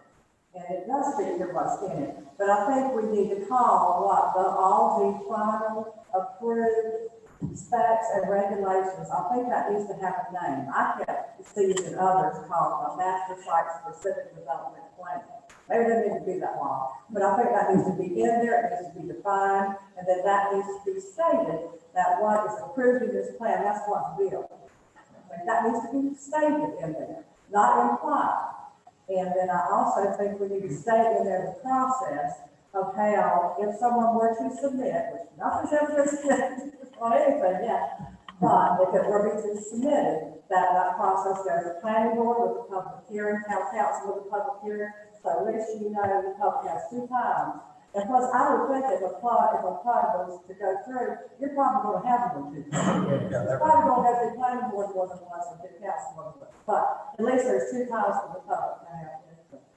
And I do think there should be some mention of the commercial. I think it should be a percentage of each project, but, you know, I'm not sure what other folks will think, but I don't think that should be so broad. Because I think we want to still be primarily, a residential town. We're not wanting to be a commercial town. We want the commercial to support the residents that we have. And so we're not looking for big box stores or a lot, we're looking to service what our citizens want. So that's why I'm cautious about the commercial. I want to see more residential. Understandable. It feels like a little bit. So I said, this is almost there, it's almost there, but it's not there for me completely. Everything you said, I totally agree with, and that's the point that I was trying to make. Maybe not as eloquent as you, but those are the things that We're almost there, I feel comfortable. but I'm not. Everybody I've talked to. Yeah, I feel like to some degree, since we don't have something presented, we're talking about a uniform, but that being said, I agree with everything that's been put forth, but I would like to get Matt back up if I can for a minute, not to put you on the spot, but I would like very much to get some input. You've been listening to us in terms of this, and I would like some of your experience to kind of chime in. Well, like we said, this is the first time we did ever talk as a group. True. That's true. Sure. Yeah, I just, really more than anything else, just kind of want your take on it, because see, the thing is, it's that metal plate there.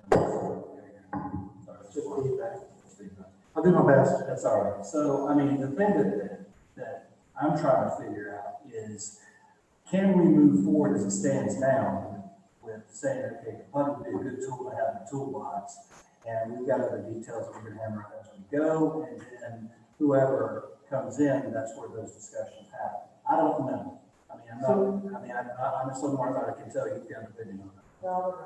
But I'm going to speak, and I may disagree with council on a couple of points, so do that with all due respect. And I do that with, close to 20 years of experience in this field. I wanted to say, it makes a lot of sense, we can change the way that the ordinance currently reads is overall site development plan. That we could call that master plan, you can call it any other type of plan that you want to, it's basically semantics. But it is referencing the fact that we will get a full site plan that comes in with a tremendous amount of information. And it's got to be the right amount of information for you to be able to make a decision. I don't think it needs to be a fully engineered plan that says, these are the slopes of the sewer, and this is the profile, and this is where it's going to be located. And because that's irresponsible for us to ask for that type of detail. But I will say that what I've given you, and I know that there's a lot of confusion about the word plan unit development as it relates to the zoning tool and as it relates to the ultimate product.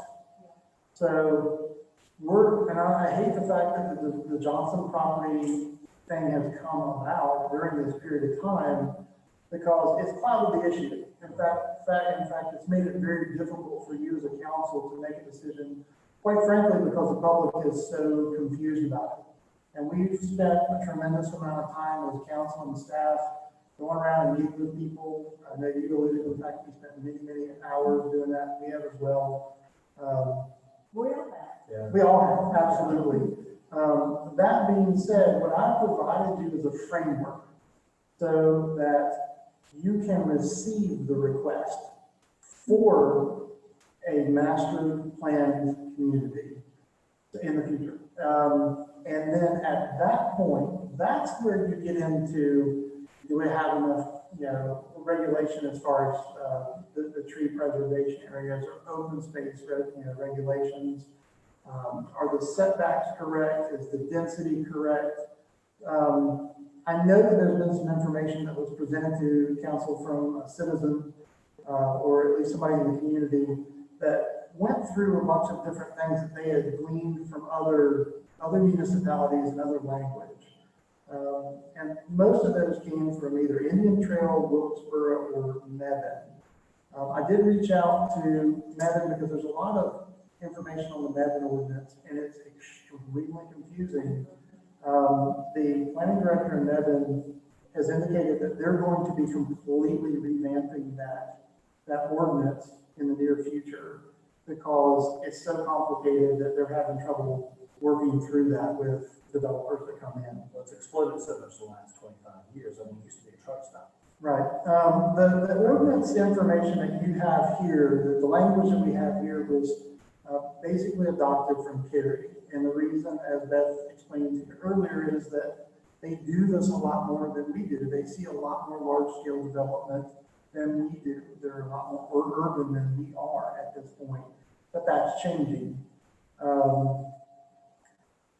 There's a lot of information that was presented to council in this document that came out that talks about cluster developments, which we already have a lot of information and language in our ordinance on cluster development. You can do that now. That then, in my opinion, professional opinion, doesn't really apply to this. There's a lot of information on open space, which, if I had to pick anything out of this document that I would probably agree with, is that we could probably increase the amount of open space that we are asking for. Currently, in single family, it's a minimum of 10% on new development. In other developments, it's 5%. And in the Main Street district, which is our town core, if you will, there's not a requirement for open space because quite frankly, that's our central business district. There's a lot of information in here that says, you know, maybe the planning and zoning board could engage a certified engineer or planning consultant that has some experience with large-scale residential plan unit developments to conduct independent reviews. We can already do that. If you approve the budget and we want to hire a consultant to help, you know, the one person planning department, absolutely, I think that's fine. We just have to have the budget to be able to do that. You know, And if I can jump in real quick, where this document you're talking about came from, Mr. Kuhn, who lives in Jamestown, had sent us all, you know, HUD language from a number of different municipalities in the state. And I was just very appreciative that, you know, this is somebody who, you know, took it upon himself to really do that kind of research and dig a little bit deeper and, you know, wanted to give us some things to look at and think about. And so I just pulled some of the points from each into one document so it'd be easier to look at. I'm not suggesting any of them in particular, but just to see, these are the types of things that other communities do have in theirs. Now, obviously, a lot of these aren't going to be a good fit for us, but, you know, I did find it interesting. You know, that some of them put the percentages of different types of uses or have, you know, this Indian Trail talks about HUDs comprising less than 30 acres to contain only residential. And so to me, it was just interesting that, like, oh, even within a HUD, you could say, based on particular size, different things can happen within it. So I didn't want to give the impression that I was saying, absolutely. every one of these things. Sure, no, each other. Completely understand. Mr. Good has been very gracious and very understanding, and has spent a lot of his own time getting to understand that. So I want to give him a little bit of a shout out because he's a very smart individual.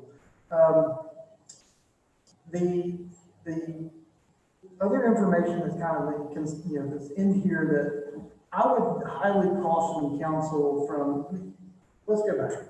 You can put anything into this plan and development ordinance that you feel would make you more comfortable. If you want to say no more than 15% commercial area in any planned unit development, by all means, by law, you can do that. I would caution you that this is not a one-size-fits-all ordinance, and that is why the framework is intentionally, I don't want to say vague, but it gives you a lot more flexibility to consider each proposal on its own merits. So that, you know, 15% of 5 acres is a whole lot different than 15% of 400 acres. Of course. You know, and that may make more sense, but, and certainly if, you know, if the plan comes in and somebody wants to do 5% commercial, and then they go, well, you know what, we can go up to 15%, maybe we'll just go up to 15%. You know, I would caution you on painting yourselves into a corner. I don't think it's wise. A wise attorney once told me that sometimes having that flexibility, that ambiguity is good because you can then create the product that you want to see in Jamestown. I mean, certainly as staff, we would never do anything, we would never recommend anything, you know, I would never recommend anything that I felt would be detrimental to this town. I've been involved here since 2006, and, you know, really have a lot of respect for the individuals who live here and live here all their lives. And so I don't want to see anything come to Jamestown that's going to be detrimental to the charm and the character of this community. We've heard that over and over again. I think we've reiterated it to the people that we've met with.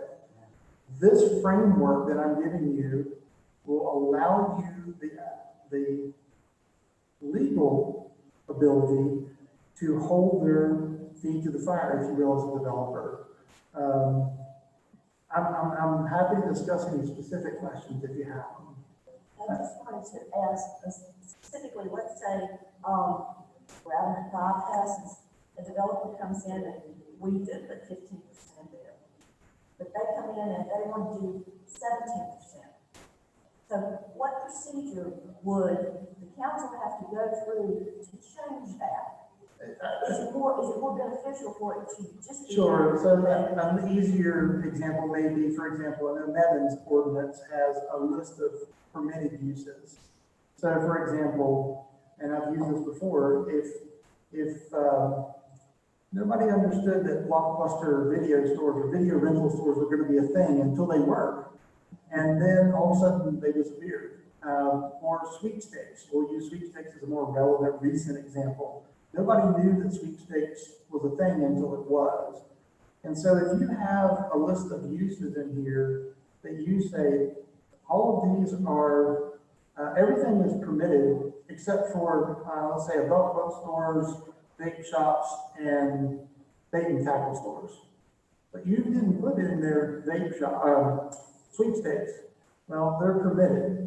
So I just think that there's a lot of. I understand that now about the prohibited and really even permitted. But I still, you know, it's my vision for Jamestown or what, we have all, and comments we've heard, is it's still a residential town, a veteran community. So I think we need to look at that commercial aspect of any of these parcels where we're saying it could go. And I would use a 50% because that's what was in there, just alluded to. Sure. I just want to make sure I answered the mayor's question. The process that if we missed something or something's in there that you don't like later, you've got to go back through this entire process that you've been going through for roughly 7 months to change that. Not that you have to take 7 months to do it, but it, you know, it just creates a lot of confusion. To your point, you can put those things in there if you feel like it makes you more comfortable. I just, from a professional thing, I would caution against doing those because I feel like it hamstrings you in the future. Well, I understand that, we said it 5 times already tonight, keep saying it, no two pieces of property are alike. So therefore, you don't want to make the ordinance so restrictive that development is impossible. Sure. But we want, what we want in Jamestown, and we want, you know, the development, to be, a certain look and feel. And to me, that's more residential and enough commercial to support the citizens, and the things they want. I still think, I'm still worried about density, and I still think there's, I don't have the magic number to put in there, or the magic bullet to make it all right, the silver bullet, but, I would see a developer, the reason he would want to use a plan unit development, or one reason, would be to get more units on there than what is currently allowed. And I might be okay with a couple, but I'm not gonna be okay with double. And so, and I wouldn't even want a developer to come and present a plan that's going to be double.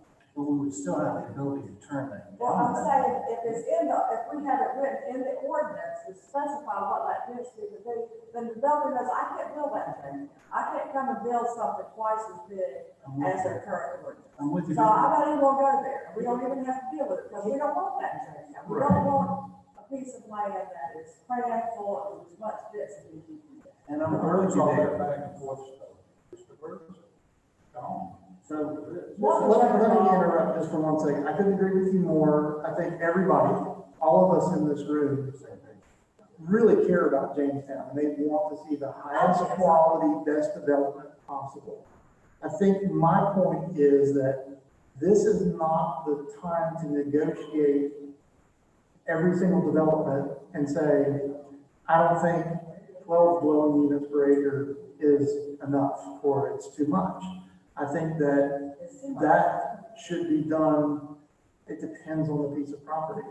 You could have a piece of property that is environmentally challenged or has a historical component, and those things need to be taken into account when you look at that piece of property as a whole. I can think of several pieces of property now that will probably want to use a tool like this to develop going forward. Not just the Johnson property. But that being said, they're all unique and they all have their own challenges. And it would benefit us to really have the flexibility to say, that's too much, or that's not enough, or we want more of this and less of that, those types of things. And I know that it's difficult. I know that you guys have a difficult job to sit through these hearings. We haven't even gotten to the request for the Johnson property yet. And I want to be clear, we have not even gotten there.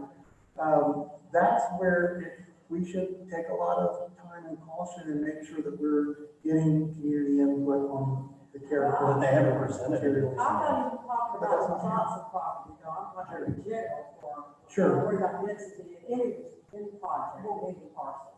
One thing we need to be remembering here is the planned unit development has no approved uses. It is a tool.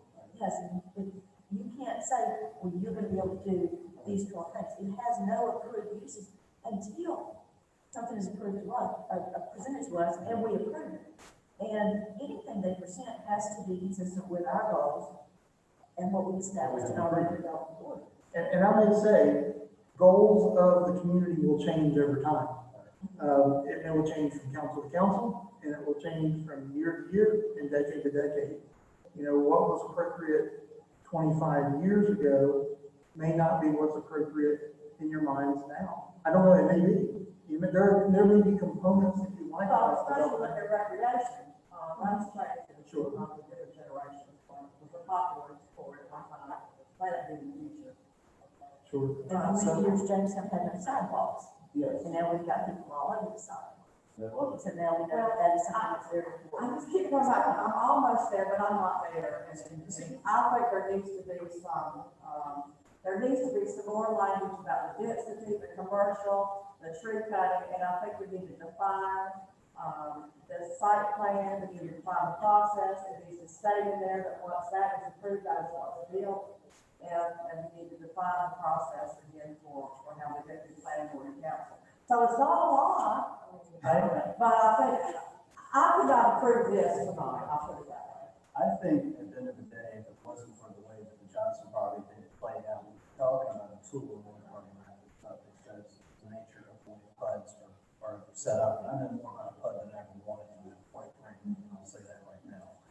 But I also understand that by itself is simply something that starts the discussion. It doesn't actually dictate terms within the discussion. We have to have the plan brought up. We have to have something in front of us, which we don't have. We have to be able to see those things, and then we can talk about density and clear cutting and, where things are going to be, how they're going to play out. But we don't have any of that. It's just a matter of we want this thing to be something that we can use as part of guiding that discussion.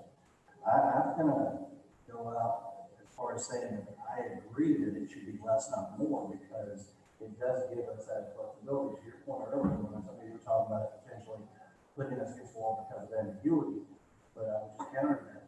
If we look at all the details that we follow, once we go in and say, okay, this is how we're gonna address the property, those things will still get addressed. I mean, there's always a chance, and I think some of this plays into the fear because of some of the feedback I've read and seen and received, but I think. And that be trust issues. If Right. you live long enough, and you work. I'm working on what, I am working on being my inner curmudgeon, but I'm not there yet. But I will tell you this, I do believe strongly that as it stands today, a lot of the fears are based on that there's some hidden agendas out there, and God forbid, I read the comment, money under the table. Is it really seriously someone's gonna write this? Have you checked on your table? I've been looking at that table for years. I still can't find that table. But the thing is, it's just the beginning of the discussion. It is not by any means the thing that's going to, settle it. It just says we build the whole pizza and out this wedge and this wedge and this wedge and this wedge.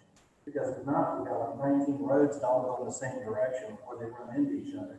And oh, by the way, every piece has to have anchovies instead of just, that's the way I look. I'm happy to go through the meat of this, slice by slice, to use a pizza analogy, and we can talk about them, but I will point out, as written, under the general requirements of development standards, number 7, all PUD concept plans, we can put master plan, whatever name we want. Master site plan, something Master like site that, would plan. you be comfortable with something like that, Martha?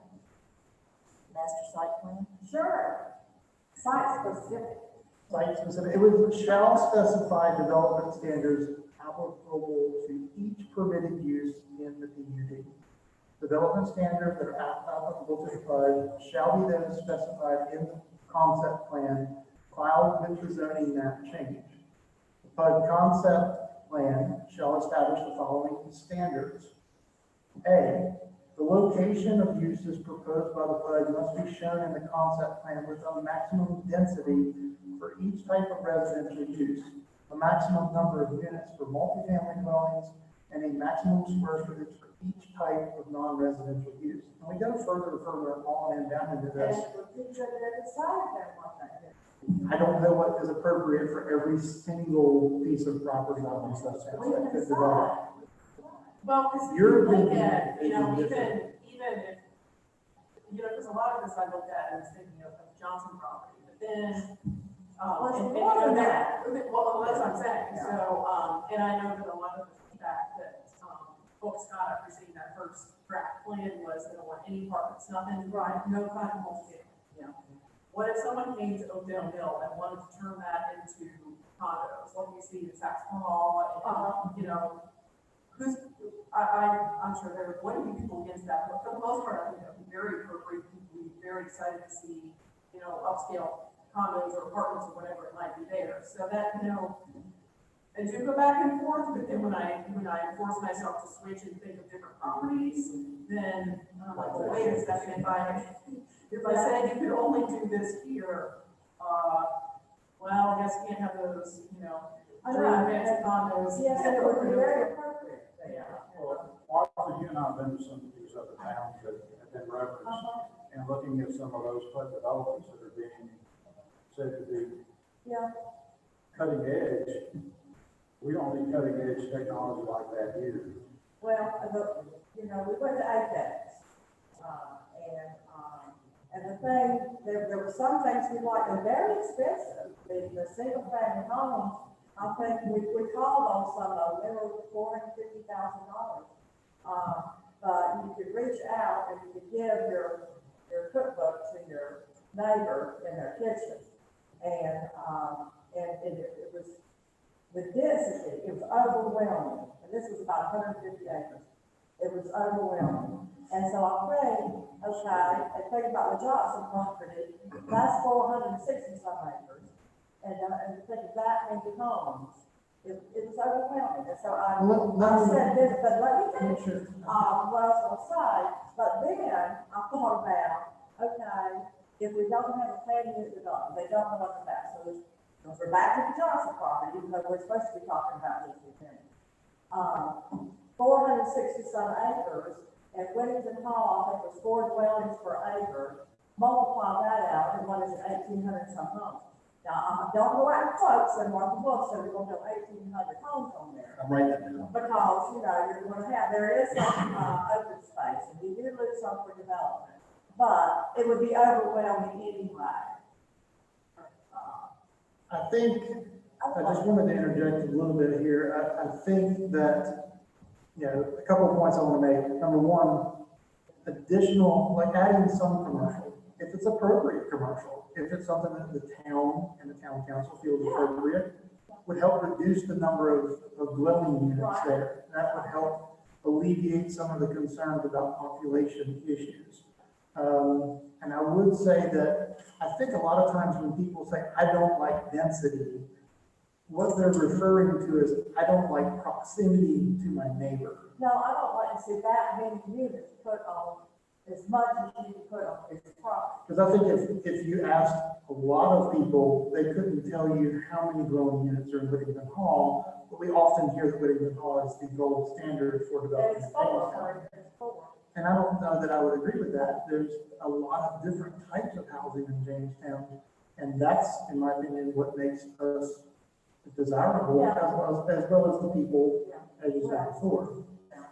So what do we go? Okay, I'd like to say something. I got my turn as we came around. Well, since you're I'm there. sorry, that's Okay, okay. Mayor, you can talk. I've already established that the planned unit development has no use until we approve.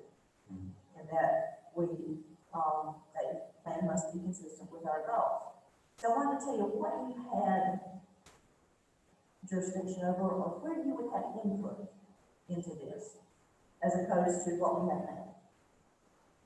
The planned unit development allows the council to provide input on the following items: tree and environmental preservation, land uses and types of businesses, site design, community amenities, designing the buildings, ensuring that the development is compatible with surrounding areas, parking placement, open spaces, landscaping, pedestrian paths, bikeways, quality of architecture, the size of lots, the setbacks, the position, the flexibility for unique properties, and a phasing plan that ensures infrastructure and development are aligned. And I'm sure there are other things that I've missed, but after months of this is what I've come down to. And now I want to give you a list of the things within our current zoning districts. A developer comes in and they are going to develop on a piece of property that does not need to be rezoned. And now this is the list of items that the council has any kind of input on. Well, That's it. yeah, that's true. Okay, this is what we're talking about, okay? We're talking about having control of development in Jamestown. Not a specific property. We're looking at all of these items, which nobody can do without us approving them. Okay, you can go back to discussing that. Okay, so back into so where do we go from here? That was one of the ones. I mean, it seems like that if it wasn't for the 400-pound gorilla in the room talking about the Johnson property, I think we would have already been able to say this makes sense and we move forward. We've got a lot of the mitigating points that somehow leading into this. It seems to me, and again, I just feel like this is something based on everything I've read, everything I've seen, that is a standalone tool. And we already have the tools we need based on the XYZ presents us a plan to do something with this problem.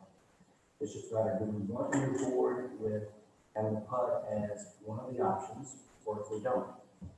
That's, and you just put the chair in about it. So, any other thoughts on that? Well, I think it's oversimplified just to put it out there like that.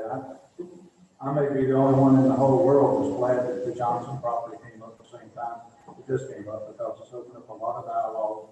It's opened up a lot of what ifs and what ofs and how are we gonna do this and what about this, that, and the other, versus just a rubber stamp. So I'm personally glad that that particular thing has come up, because now we're talking about these things. We're gonna try to work through them versus just report, be happy and deal with it later on. So personally, I like to attack the problem and solve it and then move forward from it. We can, as a council, amend anything that we do as long as it's lawful. But again, I'm with Martha. I'd like to see some more specifics in it. I'm for the PUD. Don't get me wrong. I'm not against the PUD. I'm almost there. Yeah, and I'm in the same boat. But as well, it's got to be done in a way that still gives council the flexibility to change things should it be needed. We keep going back, but we can go back and forth, back and forth, back and forth. We just take a lot of that away. We take a lot of that off of the planning department and Matt having to tell those folks, well, this is what council probably want to approve, or planning board saying the same sort of things, versus these are some of the things that we'll go through. Well, I do take exception with that, that it's just a rubber stamp. What I was trying to make is that we're talking about a tool that, notwithstanding in a piece of property, there is, this is something that, whatever reason I take out of a toolbox, do we want to put it back? It really is as simple as that. It's not to negate the Johnson property or any other. Yes, there's been healthy development. But I do believe that it is, if we're not careful, we just continue to muddy the water. And that's the concern that I have, because I totally agree with everything Martha said as far as justifiable concerns. Are those justifiable concerns something that have to be kind of directed to the PUD, or is this something that is broader discussion relative to when projects are brought before the council? That's where I agree with you on the tool part, agree with what you just said. However, sometimes you take that tool out of the toolbox, you repair it, remodel it, put a little bit of more flair to it, it works more efficiently, you put it back in. There's only use an analogy of tools, and I've rebuilt several, so, but I understand this is not, I want it to work, I want the PUD, but I also want it to give some specific stuff that addresses the majority of the concerns that we've had. I could, speak, I've heard a lot of good information given tonight. It's definitely clear that this council cares for Jamestown deeply.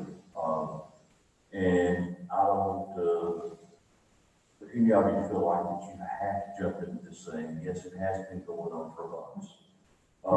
And actually, we have three options we approved, or we tabled it. I don't know, what I'm hearing is maybe you want staff to come back with additional information. I was hoping that there could be some minor things that we could just do it here tonight, but I don't think I'm hearing that. So, you know, my thing is maybe you just want staff to come back with the next regular with additional information. I think that Martha's concerns need to be addressed directly as far as if she calls up there and key points that are. It's not additional information per se. All right. I think, Well, pinpointed. well, I have, it's the density, the tree cutting, the percentage for commercial, and defining the process within there. Agreed. Is that something you could do tonight? Well, I know the So, density I think is, the whole, density is the one. the only thing that I can say is just us ramming our head into the wall and saying, no offense, density, tree cutting, name of the plan, those types of things. If you have specifics that you want to discuss, like I think 100 dwelling units per acre is too many, and we start as a council and staff to discuss that, I'm fine with that this evening. Again, it's against my professional opinion to put things into an ordinance that says, for example, if you want to settle on 4 dwelling units per acre is too many. I would say that you're painting yourself into a very dangerous. Well, you wouldn't say that because that's in the current ordinance. But the framework that I've given you will allow you to do all of that. Every time this tool is wants to be used, to Lawrence's point, every time that this tool is taken out of the toolbox, it's different. It's specific to the piece of property that you're going to be considering. So it can be that 100 dwelling units might make some sense at some point down the road. I don't know. I mean, I don't have a crystal ball of a day or doing something different. And that's where you have to separate, all the different parcels. And it's like the Vegas, condominiums are a lot more dense than single family. And you may be able to get 50, 60 dwelling units in a very tight spot if you use a building like that. I don't know, I'm just speculating. I mean, you can get a lot more units in a much smaller space if you utilize a building like that. So I'm not comfortable with, I don't see why you would not put something in there. So you can't do double what is in the current one.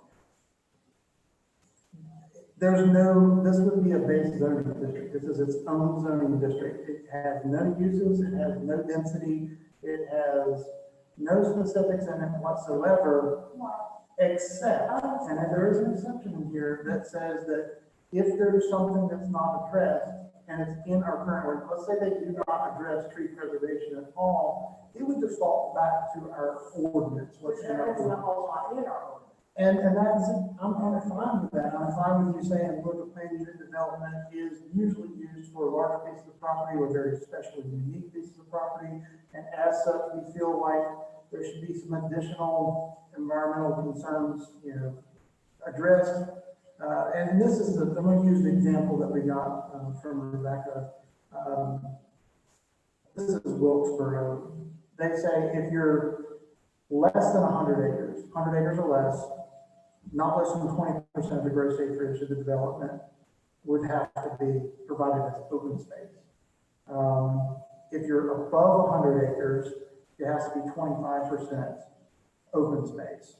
And then they go on a little bit further to say that common open space that needs to be for the collective enjoyment of the residents shall be at least 50% of the open space requirement. So if your open space requirement is 100 acres, at least 50% of that should be in some sort of a open space that is for the enjoyment of everybody. That's a decent example. That makes some sense. I'm fine with that. But just saying I'm not happy with density requirements, I don't have anything to go on there. Okay, but you just said if it's not addressed in this ordinance as a specific, it would go back to our current ordinances. So would that be a place for a developer to start? If he came in and said, Absolutely. okay, it's not in this ordinance, what does Jamestown allow for single family? Like this, And I'll, would the starter part be what we already have? and I'll go ahead and say to Lawrence's point, every single time a developer comes in, sits down with me and says, I'm thinking about something, it's my responsibility to this town and to the citizens of this community to say, I don't think that that will fly, or I think that that will maybe fly.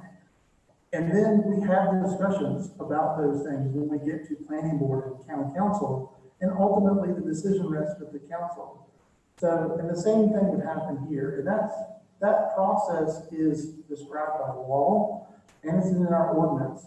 You know, when a rezoning happens, You have to look at this one, you would have to go back, okay, but this is going to be this something, and then the section 3.1. so this is a zoning district that, just like single family residential, or, you know, R40 and other jurisdictions, whatever they want to call it. In Jamestown, it's single family residential. So it's a zoning district just like that. If you want to change from agriculture to, let's say, land development, you know, mixed use, then you would have to follow the process for amending the zoning or changing the zoning, which is prescribed by law. It's in our ordinance and it's administered by the state statutes.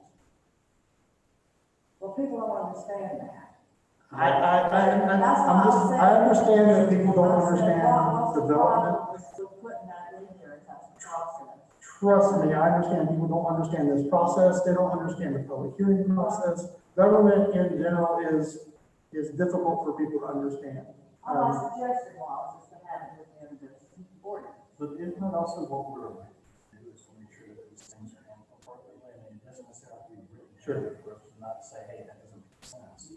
Our responsibility here in voted into office is to listen and ask, and then to act accordingly based on everything we can give them. And I've not seen a council that's not trying to do that. Perfect, I'll include it, and that's in the future, and I'll say the same, but I don't, we can't plan for Armageddon.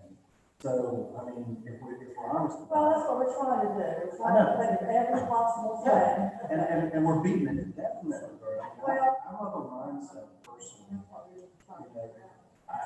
good, better, and different. I make a motion to approve the text amendment to to add planned unit development to R12 zoning districts. Could I add one more thing? In section E of the proposed amendment, under there's number 7, and it says the fund concept plans shall establish the following development standards, and it, has the list of things that we would want to see in the plan. I mean, would that be, Martha, an appropriate place to put something about heritage trees or other things that that we talk about? It already has density in here. Yeah. And if there are other things that we would want, so then that would make sure that people know immediately upon seeing this, like, oh, they care about heritage trees, they don't want clear cutting, I'm gonna have to come, my plan has to include a plan for that. Are there any other things that we could fold into that section? So then that way we don't keep going around in circles, again, like I said, like in my head, where I'm saying, well, we're here, but not here, let's spread it out. What would you be comfortable holding? At least the trees and maybe some other things into that section. That would be the only place to put it. But, and you're saying it has to include, so yes, heritage trees sound good also for sure. Sorry, that sounds even better, so. You under E7? Right, yeah. E7? Yes. So your proposal would be, because it goes through G, I believe at this point, would be to add subletter H to say, Or if it could go under E, because it says, identified active open space and those significant natural and environmental features that will be protected and preserved in their natural state. So that's With a special emphasis on heritage trees or. E7E. Say that again, so we, okay, more than me. I think, and again, Martha, since you brought this up, if this makes sense, the current language that's in that P, preserved in their natural state, either including heritage trees or, As an example of, special attention made with yes, yeah. special attention. Special attention made to- Maintaining of their. So then go one time again. With special attention being paid to the maintaining of heritage trees. Okay. located on the parcel. Made to preserve in their natural state any heritage streets. Okay, now we're working. Any other suggestions? So we're backing off the density? Well, I think if it's not. Because it's in. It's going to, the first stop would be what was already in our ordinance for the other districts. So Am I correct? E7A says the location of uses proposed by the PUD must be shown in the concept plan. We can change that to site-specific master plan, or if that's okay, is that site-specific master plan? With a maximum density for each type of residential use, a maximum number of units for multifamily dwellings, and a maximum square footage for each type of non-residential use. So what that's saying right now is that this would be a base zoning district that doesn't identify any of those maximums out of the box.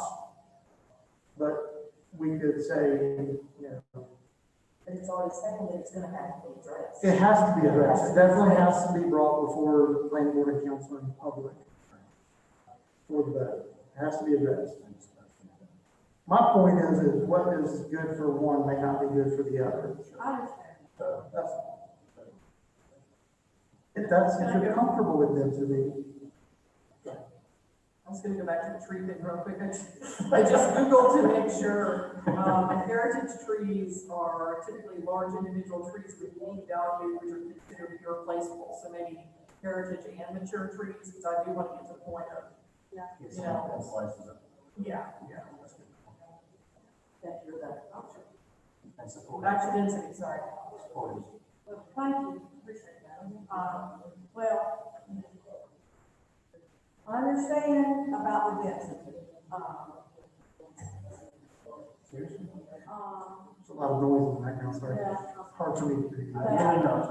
That like we say, one piece of property is certainly different from the other. We're sitting here tonight and we're envisioning Johnson property, but then also envisioning Oakdale Mill property or Alden Farm, which all going to be a different use. So we don't even know if these things will ever come to fruition, And so well, to we be can say clear. that too, just because a PUD amendment is approved, does not mean the property will be developed that way. Get back to Martha's concern about referencing the procedures in the text amendment. Is that something that is already referenced elsewhere? Which is Referencing the procedures in this text amendment as far as absolutely, planning, having to go to planning board, is that, something that? it is prescribed, not only in our ordinance, but by the state statute. I can't change the procedure at all. But don't you, and maybe it's overkill, but I would feel like it should reference it within the ordinance to say the planning process would have to apply to, I think it's within the process. I'm more than happy to come up with a brochure that says, you know, how to use PUD in Jamestown, and we can put that information in there. I don't know that it needs to be, it's redundant to have it as part of this ordinance. It does have in, section D, permitted residential density, to be submitted as part of overall master plan and approved by town council. So there is some reference to at least the density that it has to come from town council. So there's. So wouldn't it, You got to but look at wouldn't it. it go to the planning board before? Absolutely, everything does go through the planning board prior to coming to council. That's what I saw, another area in there where it talked about the sign signs, where of course we know you have a master sign plan and they get, different, but it just says that goes to staff.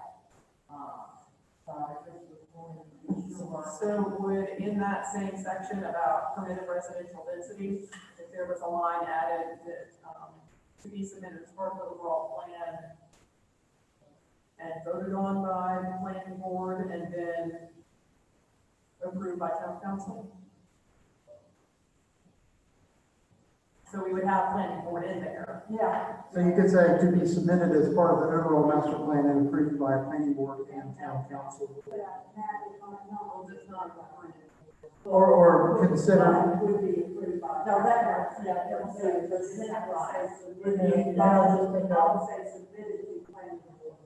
Yeah. may I just say, to be submitted as part of the overall master plan and considered by planning board and town And council. approved by town. And approved by town. And approved. I just want to make sure, because there's nobody interprets it as having to be approved by planning board and town. Absolutely understood. That's correct. Good point. I feel that way. What else we got? Commercial, percentage of commercial. And again, Lawrence, you have something other than that? That was my last. No, The commercial these are was- really good changes. I appreciate that we're doing. And this is what we needed to do. This is changing my whole attitude with it. Like I said, we had not had a chance to sit down and discuss it, exactly. People don't realize that, We have to- you know, they've been in groups speaking for months and months about this, and we're not allowed to talk to each other in groups. So 10% be reasonable? Well, I was stuck on 15% because of one, I'm sorry, more than one ordinance. See, again, though, when you look at different areas, then it gets hard, because I can think, well, you know, some places, that could be an improvement, or based on where it is, Let me be clear. Floods, and let's use Archdale as an example. Planning developments, Archdale is another example that's local and relevant.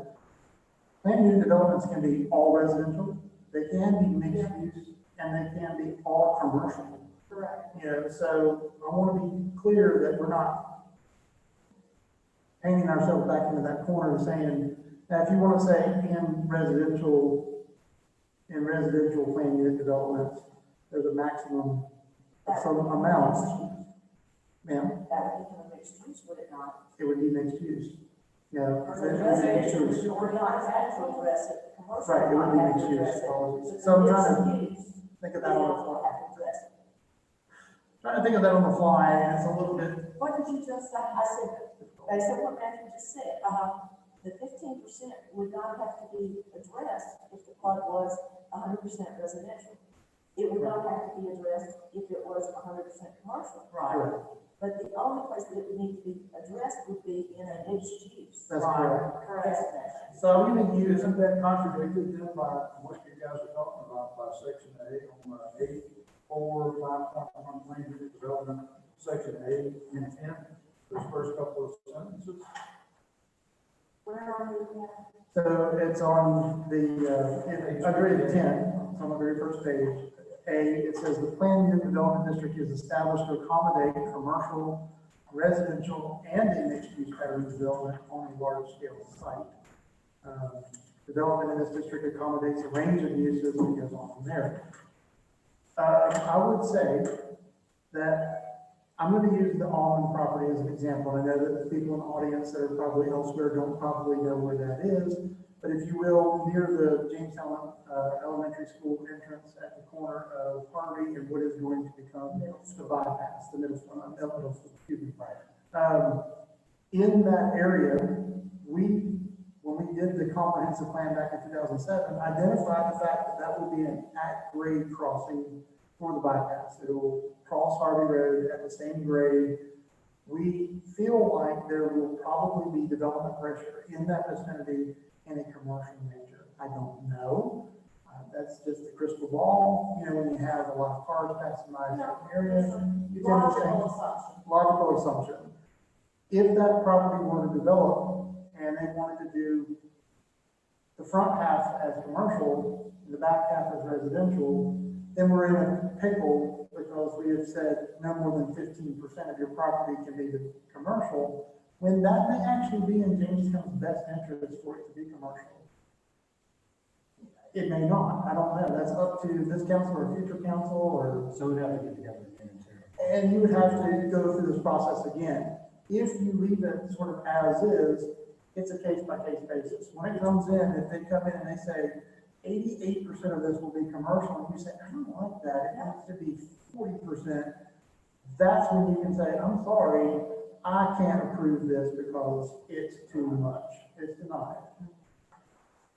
And that's how this framework works currently, and I know that it's cumbersome for this council or future councils to go through that process, but it's part of the deal. Also, with a reference back to land development ordinance. And when they finish with that land development ordinance, that's gonna identify some areas. You know, we're looking for the plan to be consistent with the golden policies established by the land development ordinance. So they're not, you don't look at that, grade crossing at Hardin Record, this is the perfect place for that sort of development. Right.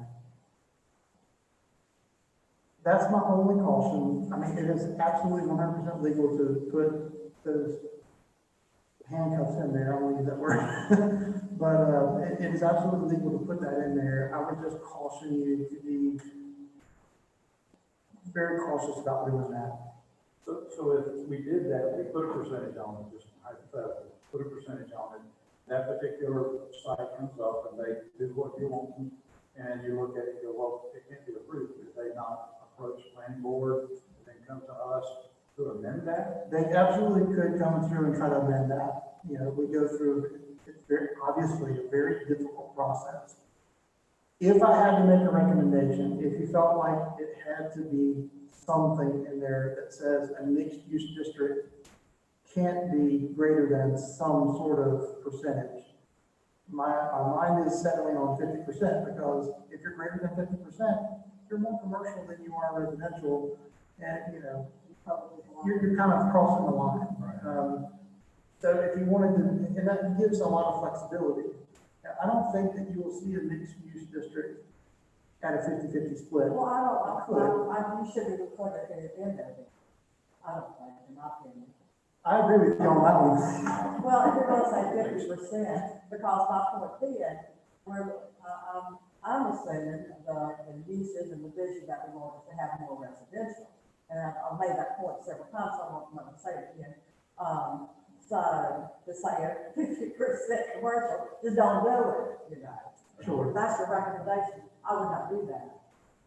And give them our. I choose case by case basis, like that. And keep going back to They come in, we got 60% commercial, we got, no, that's not what we want. And it might make a whole lot of sense. It might be a 10-acre or 15-acre parcel that makes a lot of sense for it to be a majority commercial with some living space above. I don't know. I don't know what the future holds, and that's really for our future council, whether it's the same makeup that's here tonight or not, to wrestle with on a case-by-case basis.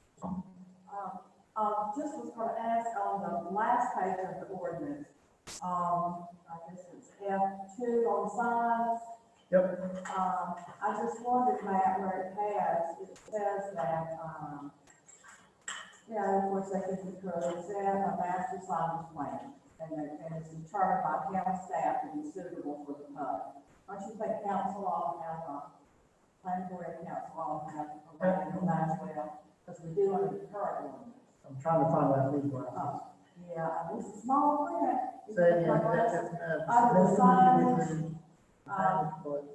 it says there, the concept plan is determined by county staff to be suitable for the public. You want to say, planning Planning board? board, county council, planning board, county council, and county staff. Same way you put through the submitted to and approved by. Got it. So noted. Any other topics? Okay. Thank you. Any other questions?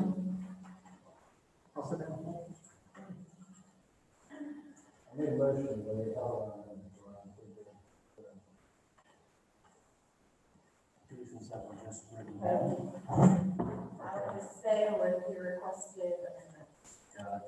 Okay, so we reword that.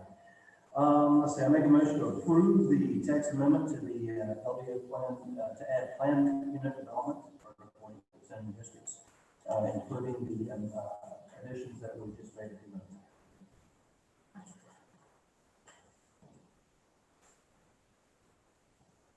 Second. This is a roll call vote. Councilmember Wolf,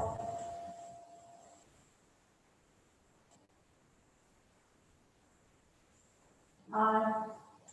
Councilmember Hicks, Aye. Councilmember Strong, Aye. Councilmember Ritter. Aye. The motion passes. Thank you all. I appreciate that. Outstanding. Thank you. Now we have the consistency. Oh, consensus, sorry. You know, consistency statement. I'm speaking. So basically, consistency statement to add the context amendment falls under, actually something I mentioned earlier, which is one of the rules and policies, which is to basically encourage alternative types and patterns of development, which use cluster and planned unit developments, traditional neighborhood developments, to reduce development costs, reduce traffic, and increase convenience to the community, to protect environmentally sensitive areas, and to provide more parks and open space close to people and neighborhoods.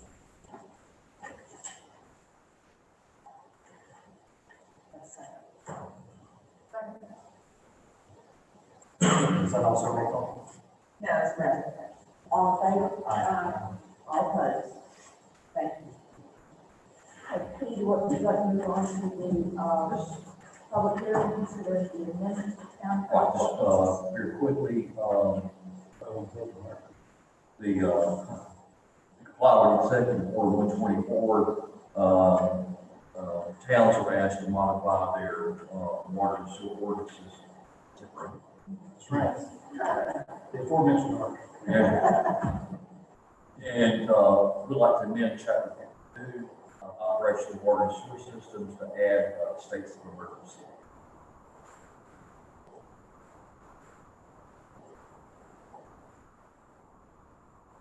Any questions?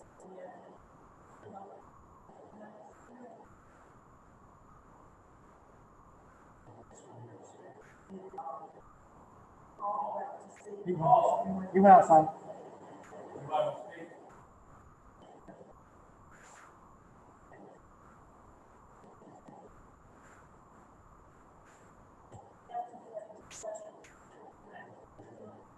Or is that like the ones that have other areas?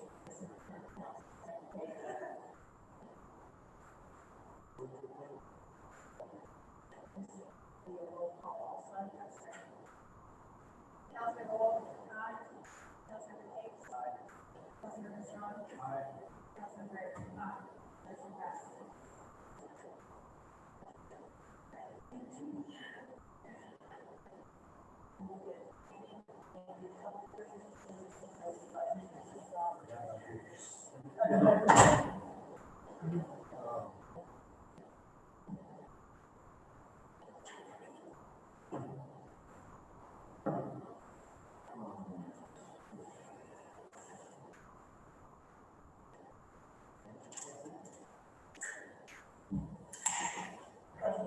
Step out.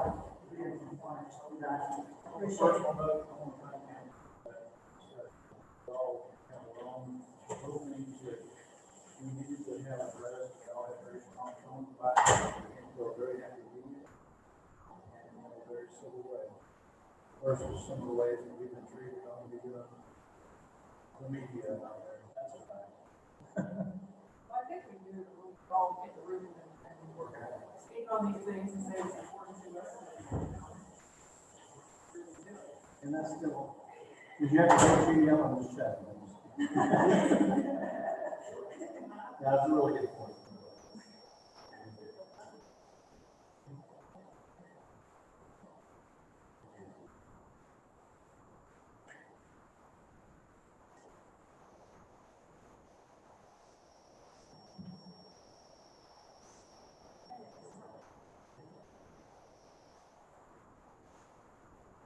So, proposed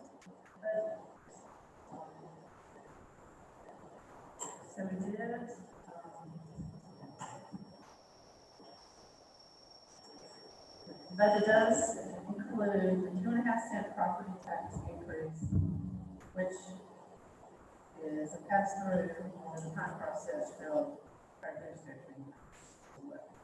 We should know if Gilbert County approves that, verse 9. Yes. So we will adjust our tax rate if needed after that meeting. Or you actually vote on that next.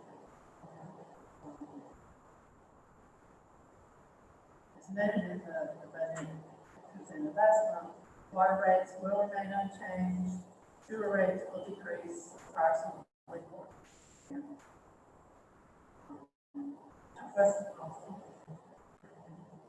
Requested by council at the last meeting, we have not included in the budget the motor vehicle tax. We also removed the CIP items for renovations to the civic center and town hall, the exception of the human resources office and the replacement of the galleries. There's projects being out on the CIP. Budget does include the $15 minimum full-time employee pay rate plan.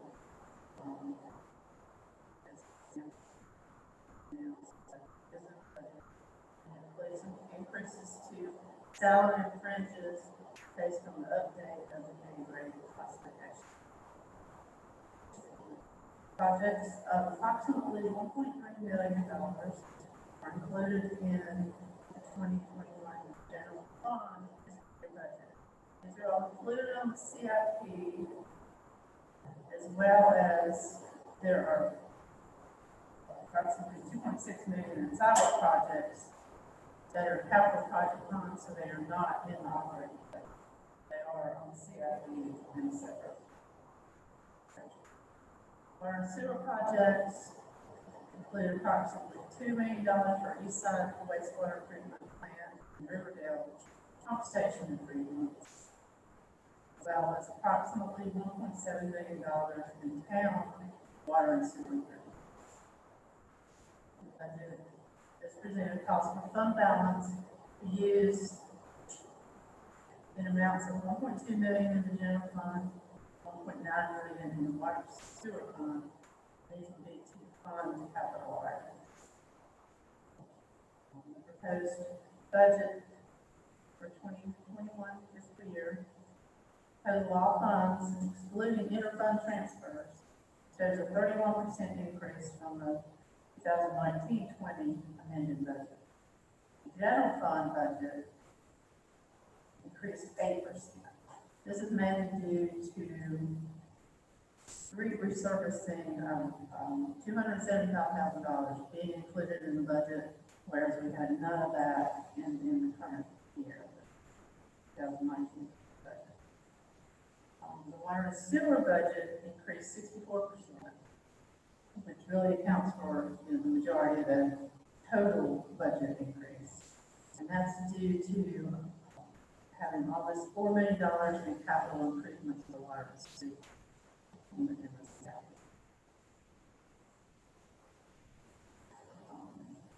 And the budget ordinance does need to be approved at the 23rd meeting. Any questions you have? Just to reconfirm something that we've already talked about, but as far as the percentage increase, and majority of that increase is due to the 65 plus wastewater treatment plant. That's beyond our control. Yes, we just had a very burden. We had approximately 8% of that plant, and we have to pay our share of improvements. A lot of those are, mandated federally or whatever. So we really. But we have to have our sewer treatment. That's a necessity. Yes. And you said forest fires from the minister with their budget for, no, that's why. And just so, you just said that, the town is not requesting tax raise. Yes. It's a line on section of fire department is doing that. Yes.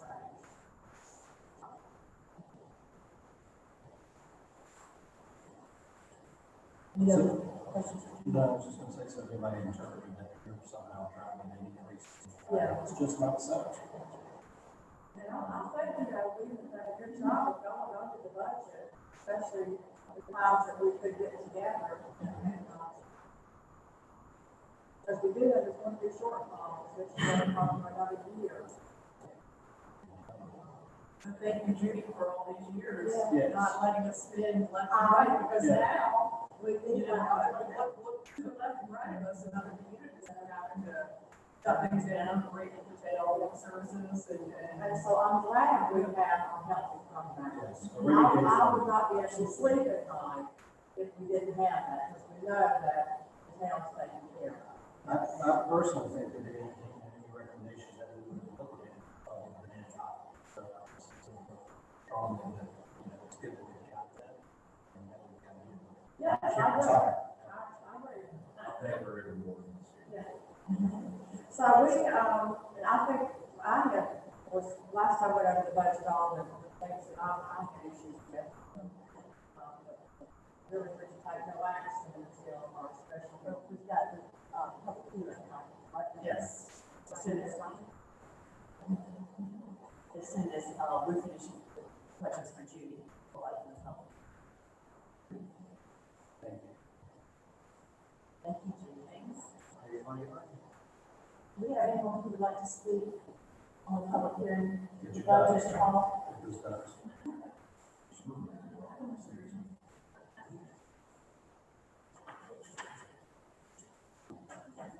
Seeing no one will return to council, and I'd like to remind everybody that we will, close the public hearing portion of this.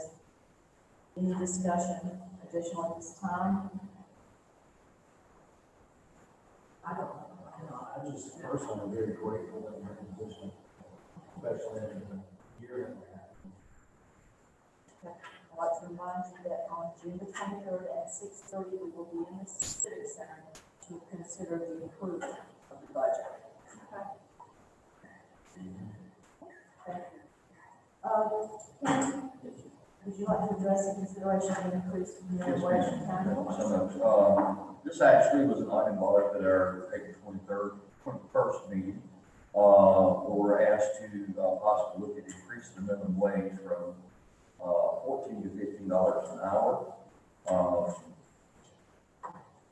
And of course, in order to implement the new minimum wage, town council will be required to vote to implement a new pay classification grades, which reflect the direction given at our April 21st meeting. These will become effective June 30th, 2020. If you look on page 72 and 73, this is the updated assignment of grades to classes is proposed. And within this, we're actually adding an engineering technician, which will not be filled at this point. But we need to go ahead and add it in the pay grades. As we discussed last time, you're looking at various, mostly employees getting a small percentage of increase.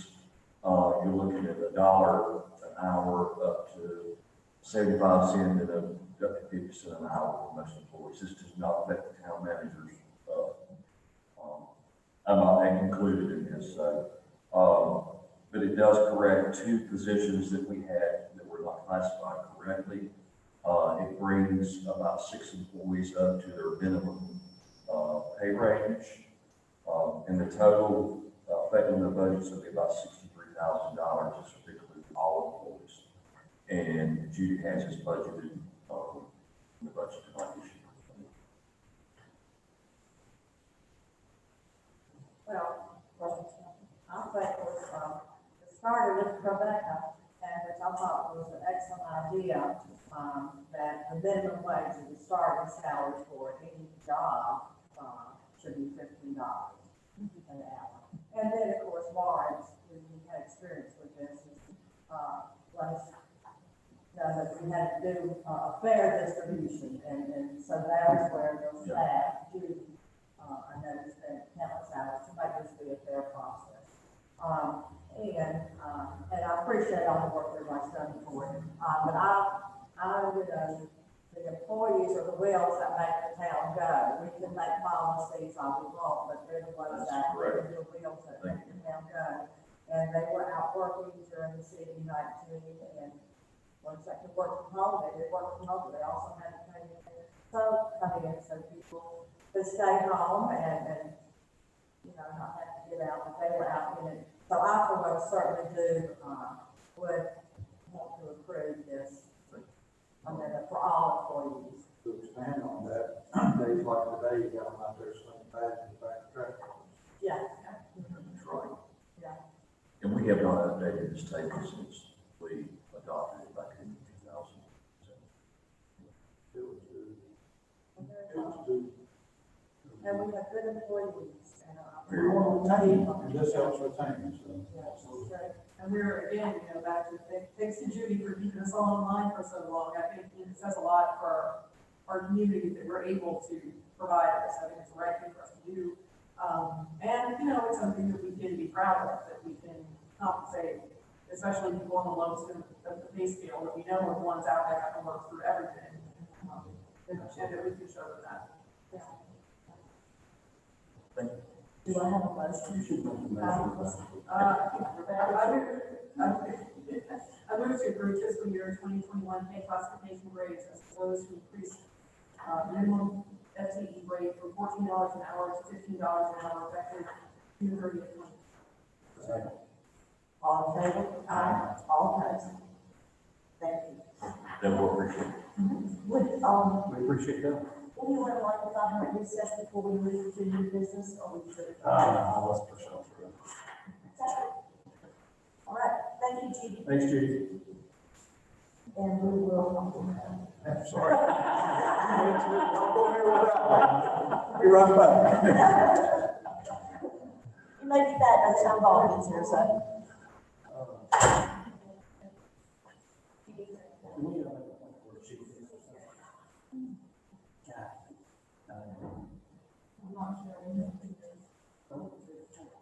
Well, kind of did, is what we're going to do. Call it crazy. Absolutely. I know, all the time there's some good to see. Good to see you all. Everybody well? One second, we'll have Councilman Tate's back. No, yeah, no problem. I'm sorry. Strong. We look so much alike, too. Perfect. I was, since I was here, I thought. Yeah.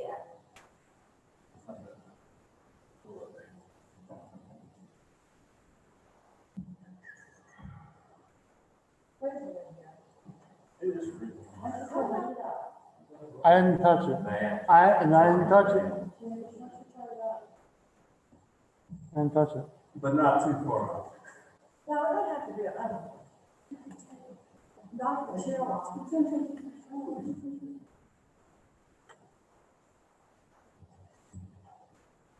Everybody. And welcome back, Mark. Thank you.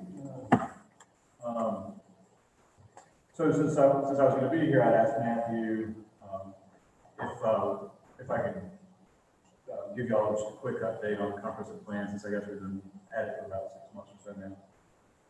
And so we just kind of hit a big milestone yesterday. This community survey closed, and we received 580 responses in total. And we've been discussing the rate of response for in-town residents. And it looks like we got right at 73% of the overall number of respondents were from inside town. So we asked them first a question of whether or not they lived in Jamestown, and as well as if you live in Jamestown, what street you live on. About 99% of the time, we could pretty much tell based on the street. There were some streets kind of go in and out of town, but most of the people that live in town, you can tell by their street. And so I think we had an overall pretty good response rate, and Bridget is currently working on summarizing all those results. We'll be meeting with the steering committee next Monday at 4 p.m. Details to follow, I guess.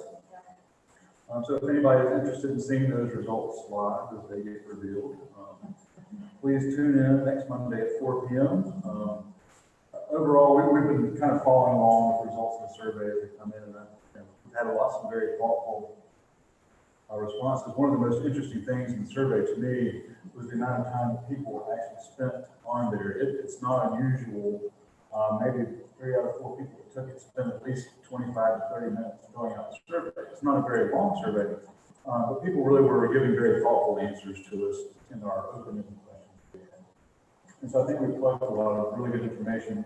If you recall, we started the process by doing some focus groups or listening sessions with folks here at Town Hall back in February. I think that was 12, if I'm not mistaken.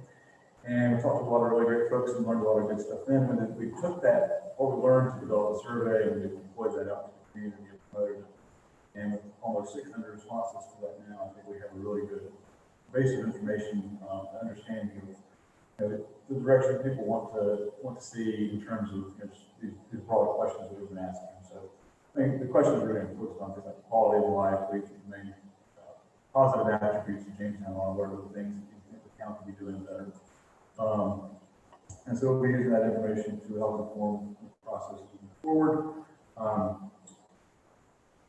We were hoping to be a little bit further along than we are now. We've had some delays due to the present situation.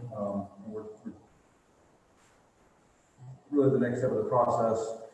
After we present some of this information, the survey is done, we've done some other background research that we're presenting to the steering committee.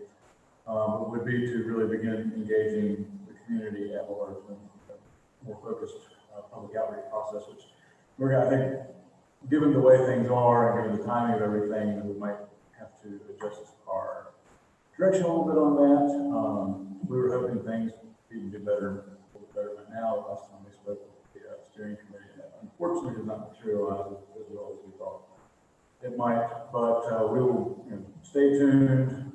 Definitely, as we move forward, we'll be working with the steering committee to ensure that we are meeting the community goals and having engagement that gets people involved and gets their opinions heard and gets input into the process that we need. That's where we are. I wish we were a little bit further along, but still glad that we're working with the community. I think we're doing a good job of getting input at this point still, folks, even despite not being able to have the kind of intimate discussions that we maybe wanted to be having. That's all I have, unless anybody has any questions. Thank you, sir. All right. Thanks a lot. Thanks, Tom. See you Monday. Thanks for sticking around. Yeah, no problem. Appreciate it. Someone wants to do.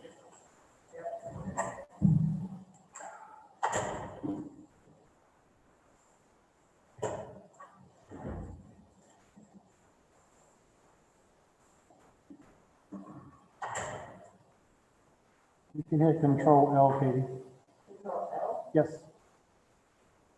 Good evening, I'm Nick Lowe with Adams, and I'm excited to bring you all kind of the culmination of the park-specific master plan and then the Parks Rec system master plan. So I'll make this brief and I'll just hit the highlights because I know you all have already seen a lot of the plan previously. I just want to talk a second about the public input because it really talks about some decisions we made in the Jamestown Park specific master plan, as well as some recommendations for the action plan, which is the so what of all the data that we have.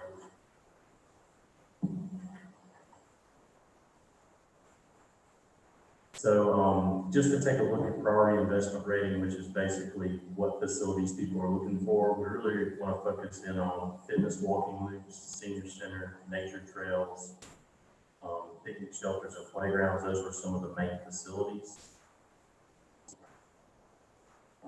As far as programming, I know a question that came up at the beginning of this is Jamestown doesn't do programming, but when we got to look at it, Jamestown does, and y'all do it well. So just kind of looking at the concert series and what's going on here, we really want to bring up the fact that yes, y'all do programming, it's something that you continue to do. And these are some of the programming things people wanted to invest in as far as youth programs, so outdoor music, special events, swimming, outdoor fitness. For adult programming, we're looking at adult fitness and wellness, senior citizen programs, softball, life skills programs, art, dance. And some of these things you're really going to see in the next slide when we start to talk about, not the next slide, but the next, when we start to talk about some of the programming for Jamestown Park. A lot of these top items and top program things really fueled how we decided to design and craft that park, because, you know, we have an opportunity to land with the town on the elements. And how can we really make that fit the needs that people tell us that they want for park and recreation? So, Jamestown Park Master Plan.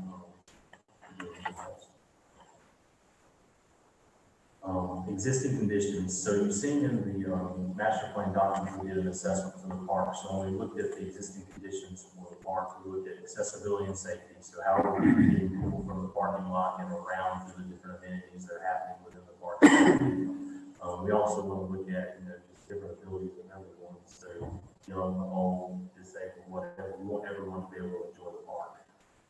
Branding and wayfinding, sense of place. So how do we really make this an iconic park for Jamestown, but also how do we make it fit into the rest of the parks and rec system to make it cohesive as far as wayfinding and the signage to show people what's around the park. And we also look at connectivity. If you see the parking lot in the middle and the parking lot to the south, and then there's the parking lot to the east, how do we connect people from all these parking spaces to the activities we want to provide within the park? And then we look at general condition. You'll see some things in here that we want to renovate and refurbish, some things that we might want to get rid of. So we look at that as well. And then another part of general condition, if you see north of the baseball fields and west of the baseball fields, there's a lot of erosion and different things going on, but as well as a lot of talks with Scott and with Matthew and with our Parks and Rec Commission. There are some real concerns with kind of what's the condition of the ball fields and what would it take to make them what Jamestown wants them to be, and some other things with the park, but then also diversity of offerings. This could be, you know, with its closeness to the Greenway system, this could really be a trailhead for that, as well as a destination for people to go to Jamestown. So kind of like that's Central Park. So let's jump into the meat, the exciting things. I'm just going to jump in here because I present it better this way. So we looked at the park in two halves, and we really focused it on, you know, there's a lot of focus on people when have family gatherings. Where do they come on the weekend, or where do you have a church gathering or a birthday party? But also, it seemed like with all the programming that everybody wanted and all activities everybody wanted, it seemed to be focused on fitness and walking and getting out and exercising outside. So how can we craft this space, knowing that there could be a better possibility for baseball fields elsewhere, just considering from our professional opinion, the condition and, you know, some of the things that are lacking to make them the premier ball fields of usable into the future. How could we best use this site? But looking at the topography, it really lends itself well into making a large open space that could be conducive to gatherings for concerts, gatherings to exercise outside, or providing different routes to walk and places to exercise. So I'll run you through the site plan. Starting here, we really like this idea of how can we provide a space that can be used for different activities. So we came up with the idea of, it's kind of like you see at the farmer's market where it has roll-up doors. So you can use it for a farmer's market, you can use it for indoor-outdoor exercise, you can use it for just all sorts of different events, which addresses this open lawn with a possible stage area. Coming around, there's the idea of number 4, which would be an exercise wall. You know, the idea that you can come out and do all sorts of different exercises. There's things on there to punch or climb a wall. But then it also could be used as civic space as well if you wanted to have a yoga class or something like that, because a lot of these different types of activities are really becoming prominent in the Parks and Rec world. But also coming back around the park, we wanted to use this elevation as kind of a place to nest everything in and create this great setting. So the idea that we have this stepped terrace, so it kind of steps up with grass and brings you straight up to a walking path that comes around, that links back around the park and also links into the greenway. So you could come here and feel safe and do a walking route. Also within that, we want to provide places for kids to be. So if you look at number 5, there's this grass terrace where kids can play, but it also can be used for training and exercise. I know a lot of these natural fitness people come out and run field and run down. Then coming back down into another space here, number 6, which is outdoor exercise equipment.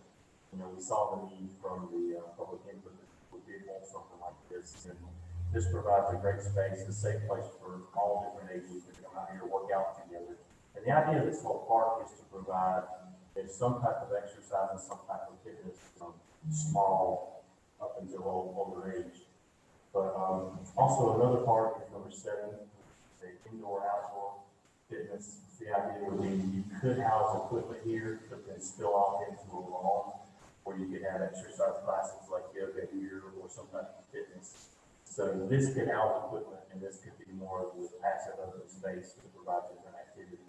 But then also what ties this all together to the parking lot and across to the other park, the idea of number 2, which would be an open pavilion that would have some type of gravel or some type of pavement that would be open with trees and maybe movable furniture. So if you did have an event here, this could be the place to meet, go exercise, or this could be the place to have a farmer's market or to have some type of craft show or some type of town event within here and then spill out into the larger lawn.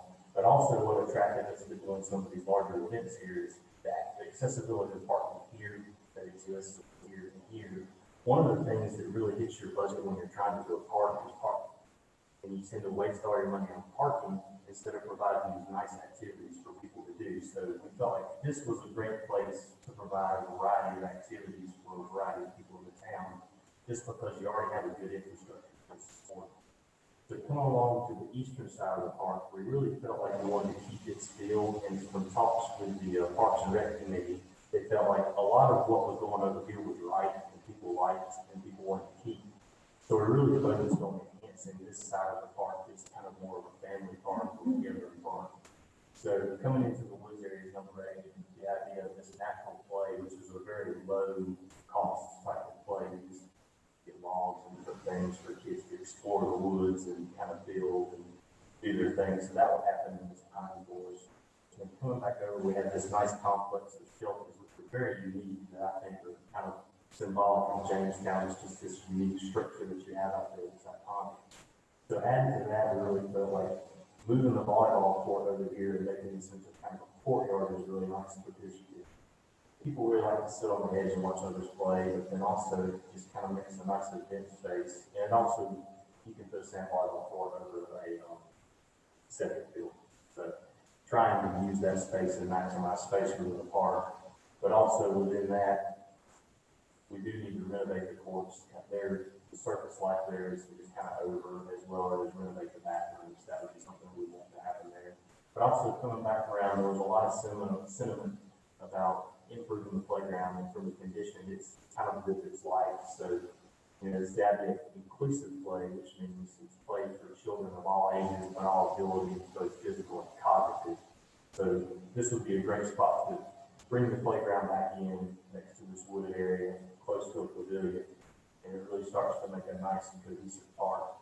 Also coming in with another shelter to go with a basketball court, and then coming back around with the existing fencing, it just makes complete sense to have a dog park on this side because it's right next to the park and people want to park and come to the dog park.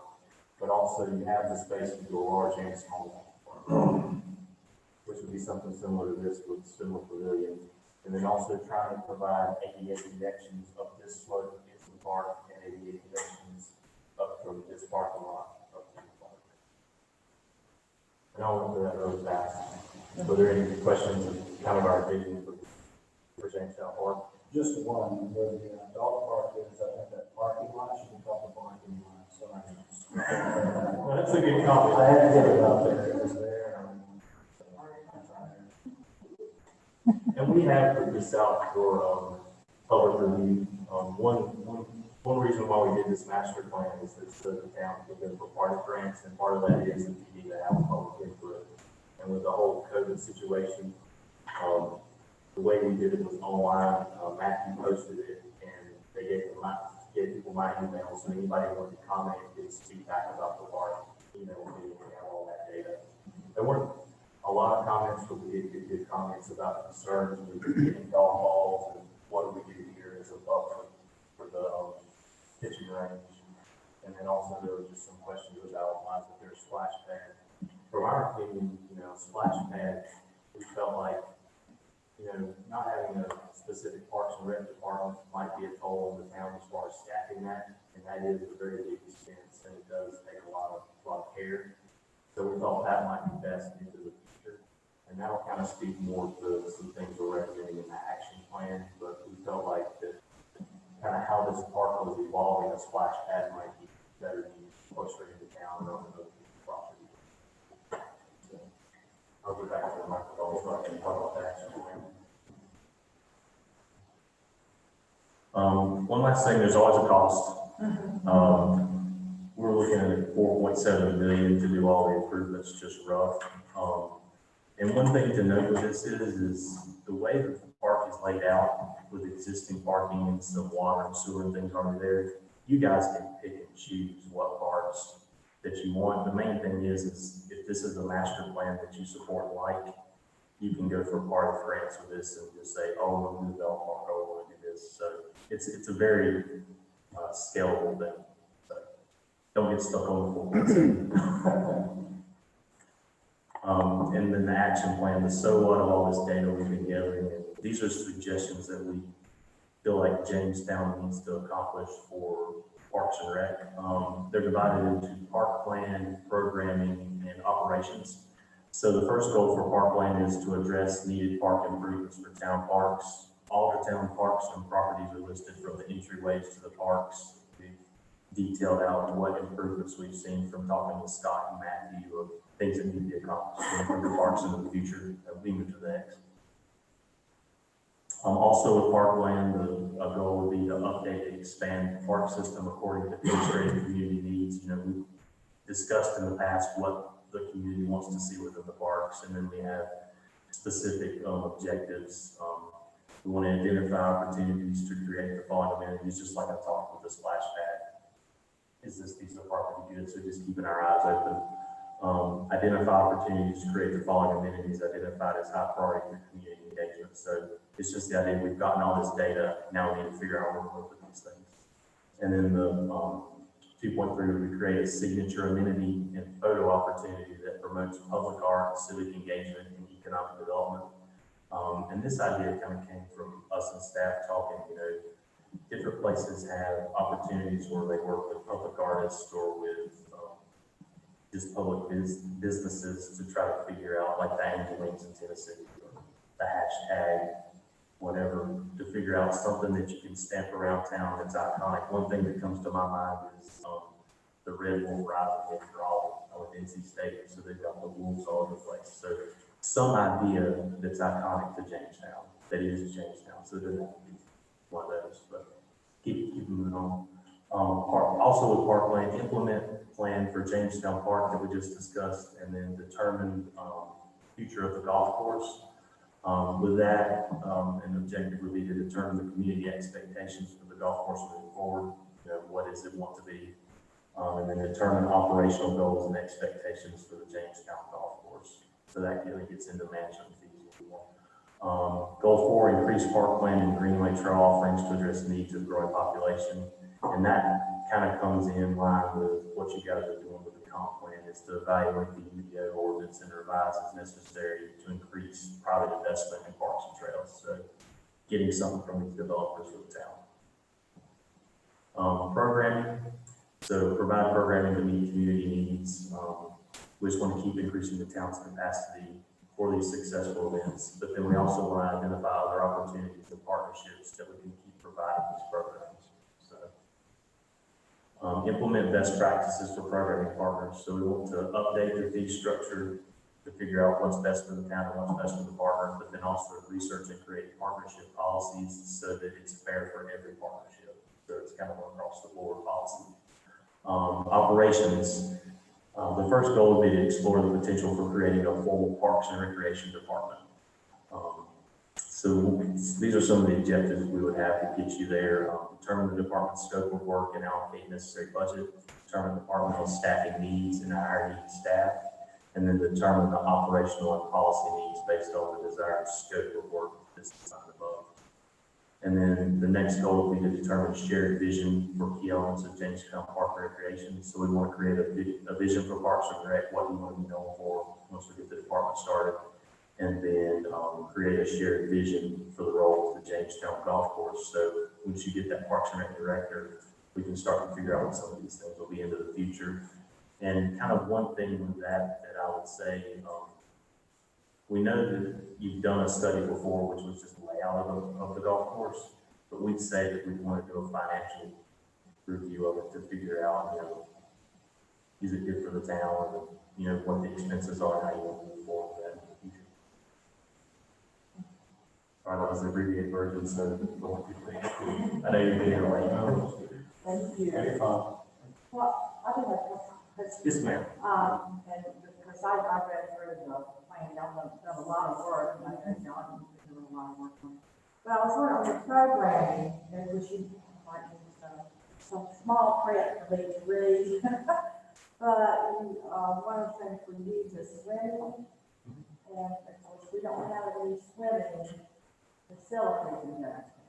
So that, when we kind of talk about, swimming and there's no facilities, so how might you partner with, I know that there's a swimming facility up the road. So how do you make partnerships where you can provide that activity?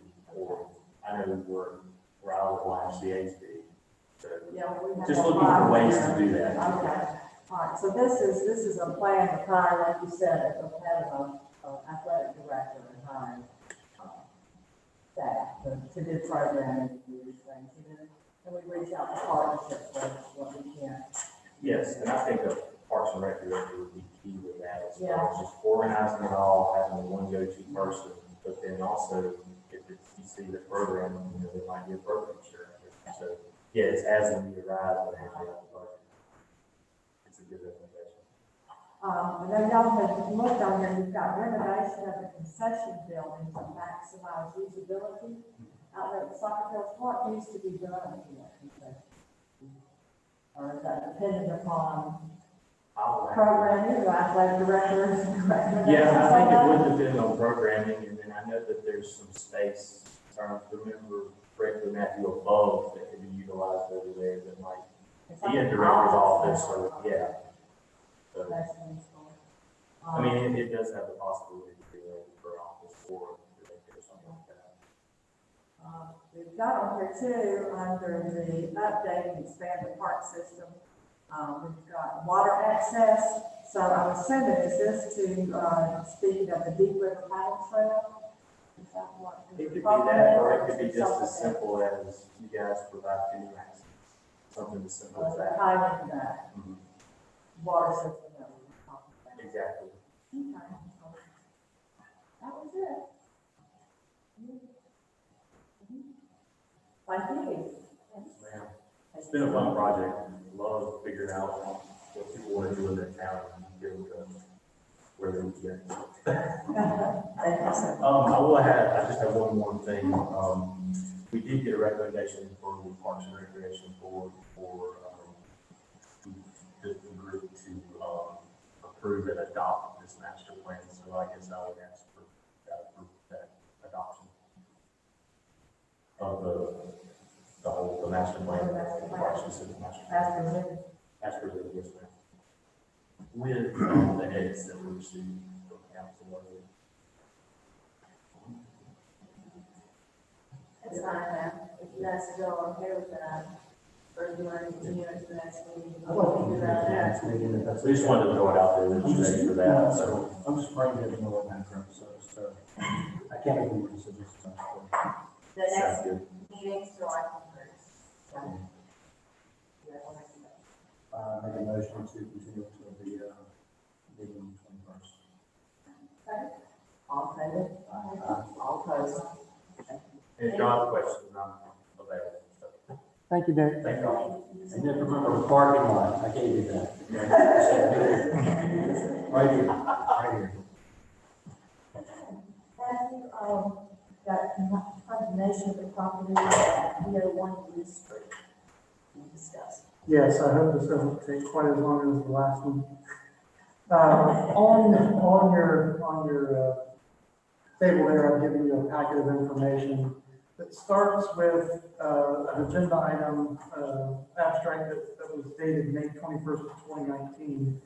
That's when we did actually bring this to council's attention about the condition of the property at 301 Lee Street. We've gotten a number of citizen complaints about the condition of the property. At that time, we were under the impression that we could go to the county, ask for their assistance in inspecting the property. I did ask for council to, formally request that. We did talk to the county. They said, no, you have two options. You can either move forward with condemnation, or you can issue a building permit for Mr. Young to try to take care of the building and bring it back into code compliance. So we decided that we would allow Mr. Young to obtain a building permit, which he did in August of 2019. He did not make any substantial improvements. There were some minor improvements that were made in the interior of the home, a few floor joists. I mean, it's very, very minimal amount of work. In fact, the roof continued to deteriorate. I don't understand why somebody would do work to the interior of the structure while allowing the weather to continue to pour into the main portion of the structure. So Mr. Young did not request Guilford County to do any inspections to the property. I was in contact with their chief permitting officer. They did tell me that once if he did not request any inspections within 6 months, it would expire. At which time, at the end of February, we decided that we would ask the county not to renew the permit and not to reissue the permits. And we did start the condemnation process. Beth and I attended a virtual meeting. We have required by state statute to conduct a hearing with the owner of the property, which we did on May the 14th. At that time, it was a teleconference. At the conclusion of the meeting, in accordance with General Statutes 168-429, planning director determined that the structures meet the statutory definitions listed above in this letter dated May 27th and shall be removed via demolition in no less than 90 days from the date of the letter. It also went on to describe that they could appeal by giving an appeal in writing to the planning director and town clerk within 10 days. They did not. They chose not to do that. They were made aware of that during the meeting, which was recorded, as well as in this letter, which they did receive evidence of that. Per recommendation from the town attorney, we did have an independent third party go out and inspect the property, just to alleviate any concerns that I'm not a construction professional or any other type of work. But the summary says the home is structurally unsound and unsafe to work around, roof is functionally obsolete. Roof framing, deck, and trusses on over 75% of the building are rotten and will need full replacement. Over 50% of the floor joists are missing. Crawl space has excessive moisture. Electrical to the house is unsafe and a potential liability to the power provider and homeowner. This home should be demolished and is economically not feasible to restore it to a livable condition.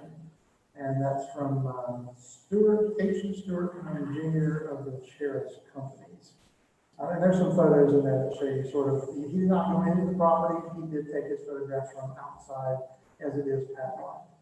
I guess he's a licensed inspector. Yes, yes. That was arranged by the town attorney. I didn't have anything to do with that. She chose that company. Just to make sure that we were independent. Here, I'll say he's got a license.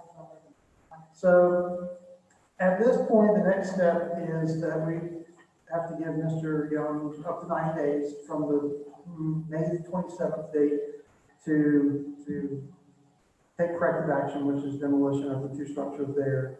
If he does not, it will follow up with legal action at that point. Then, do you want to speak to what they need to do at this point? Is this just more for information? Sure. Okay, I'm going to sit down and get out.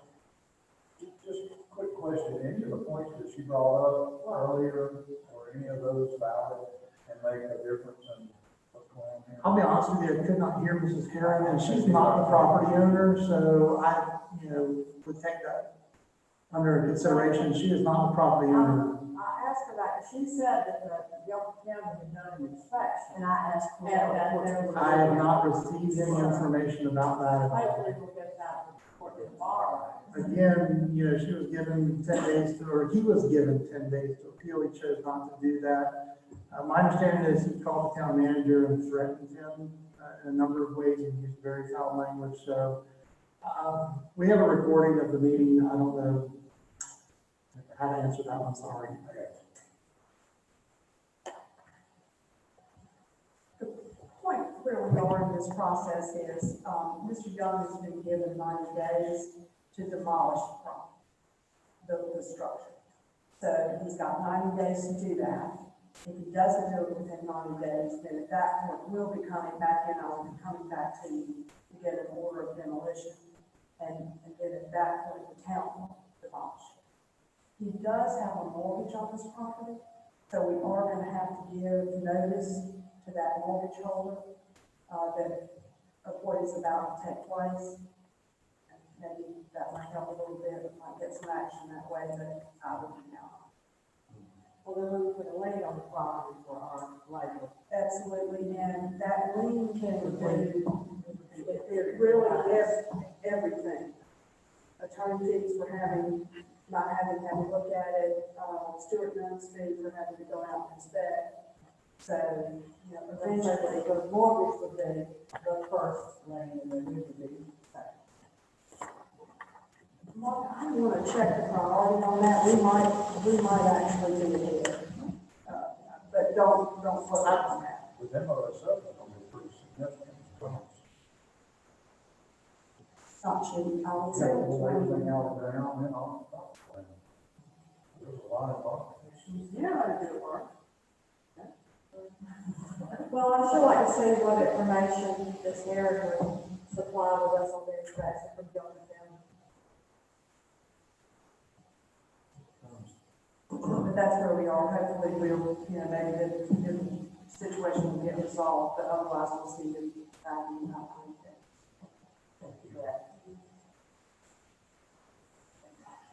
Do you have a manager's report for us? It's in your package. You got any questions? Let me ask.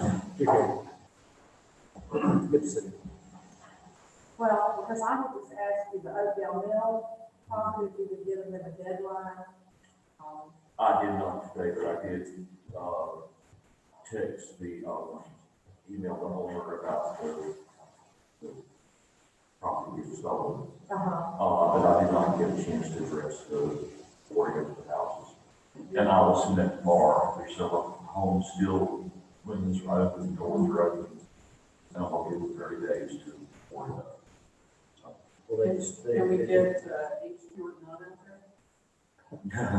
But Seriously, I mean, the only thing that's made me hesitant about this property on East Street is, we're in really bad condition over there, across the street. So what he charges? And we've already demolished like 3 places in there last year, didn't we? Last year. I don't think we. Well, not we, I'm sorry. We already did. Demolished. I think we need to give a deadline, so then if they have to do. Yeah. Certain, the same procedure. Volume, different discount, maybe? And then I think you could set of the other council may be interested on East Main Street, where they would ask for the additional storm drainage work is under review, but you check the file, that's not something the town is paying for. Yeah. Yeah. It's either DOT or the railroad. Okay. And I love that you're doing the employee spotlight, and James Conrad, the first one, yeah, that's awesome. I'd love to see it being. Yeah, that's awesome, we used to do that. That's awesome. Thank you. Thank you. Sir? Council, we have any reports? Yes. I'm gonna be fast. Of course, the complete count census committee has not met, but, the census has been extended to August 15th, but they have now started having census takers going door to door. So you know that they might come visit you, but we do ask you still have time to go online and fill it out, and we can say how often it is important for federal funding, for planning of schools in our community, for political impact, for representation for North Carolina. So if anybody hasn't filled it out, go to 2020census.gov. The TAC met by Teams meeting on May the 26th. I could hear them, but I could not see them. But it was confirmed that, what I had said to you last time, DOT is experiencing major budgetary problems. And I did give y'all, in your boxes, you saw, what the CV-19 impact has done to DOT, and you've got to let us know what they can now do or not do. But they claim that our projects under construction are still going to be funded, so we can move it on. And then, as Bob said, June 22nd is the Zoom comp plan update meeting for 46. That's all I have. We just heard from Clark tonight, so. Okay. No plan. One thing we need to, handle in other business is the review of the town manager and our decision. Yes.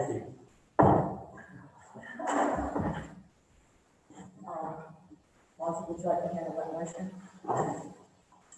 Remember now, the council,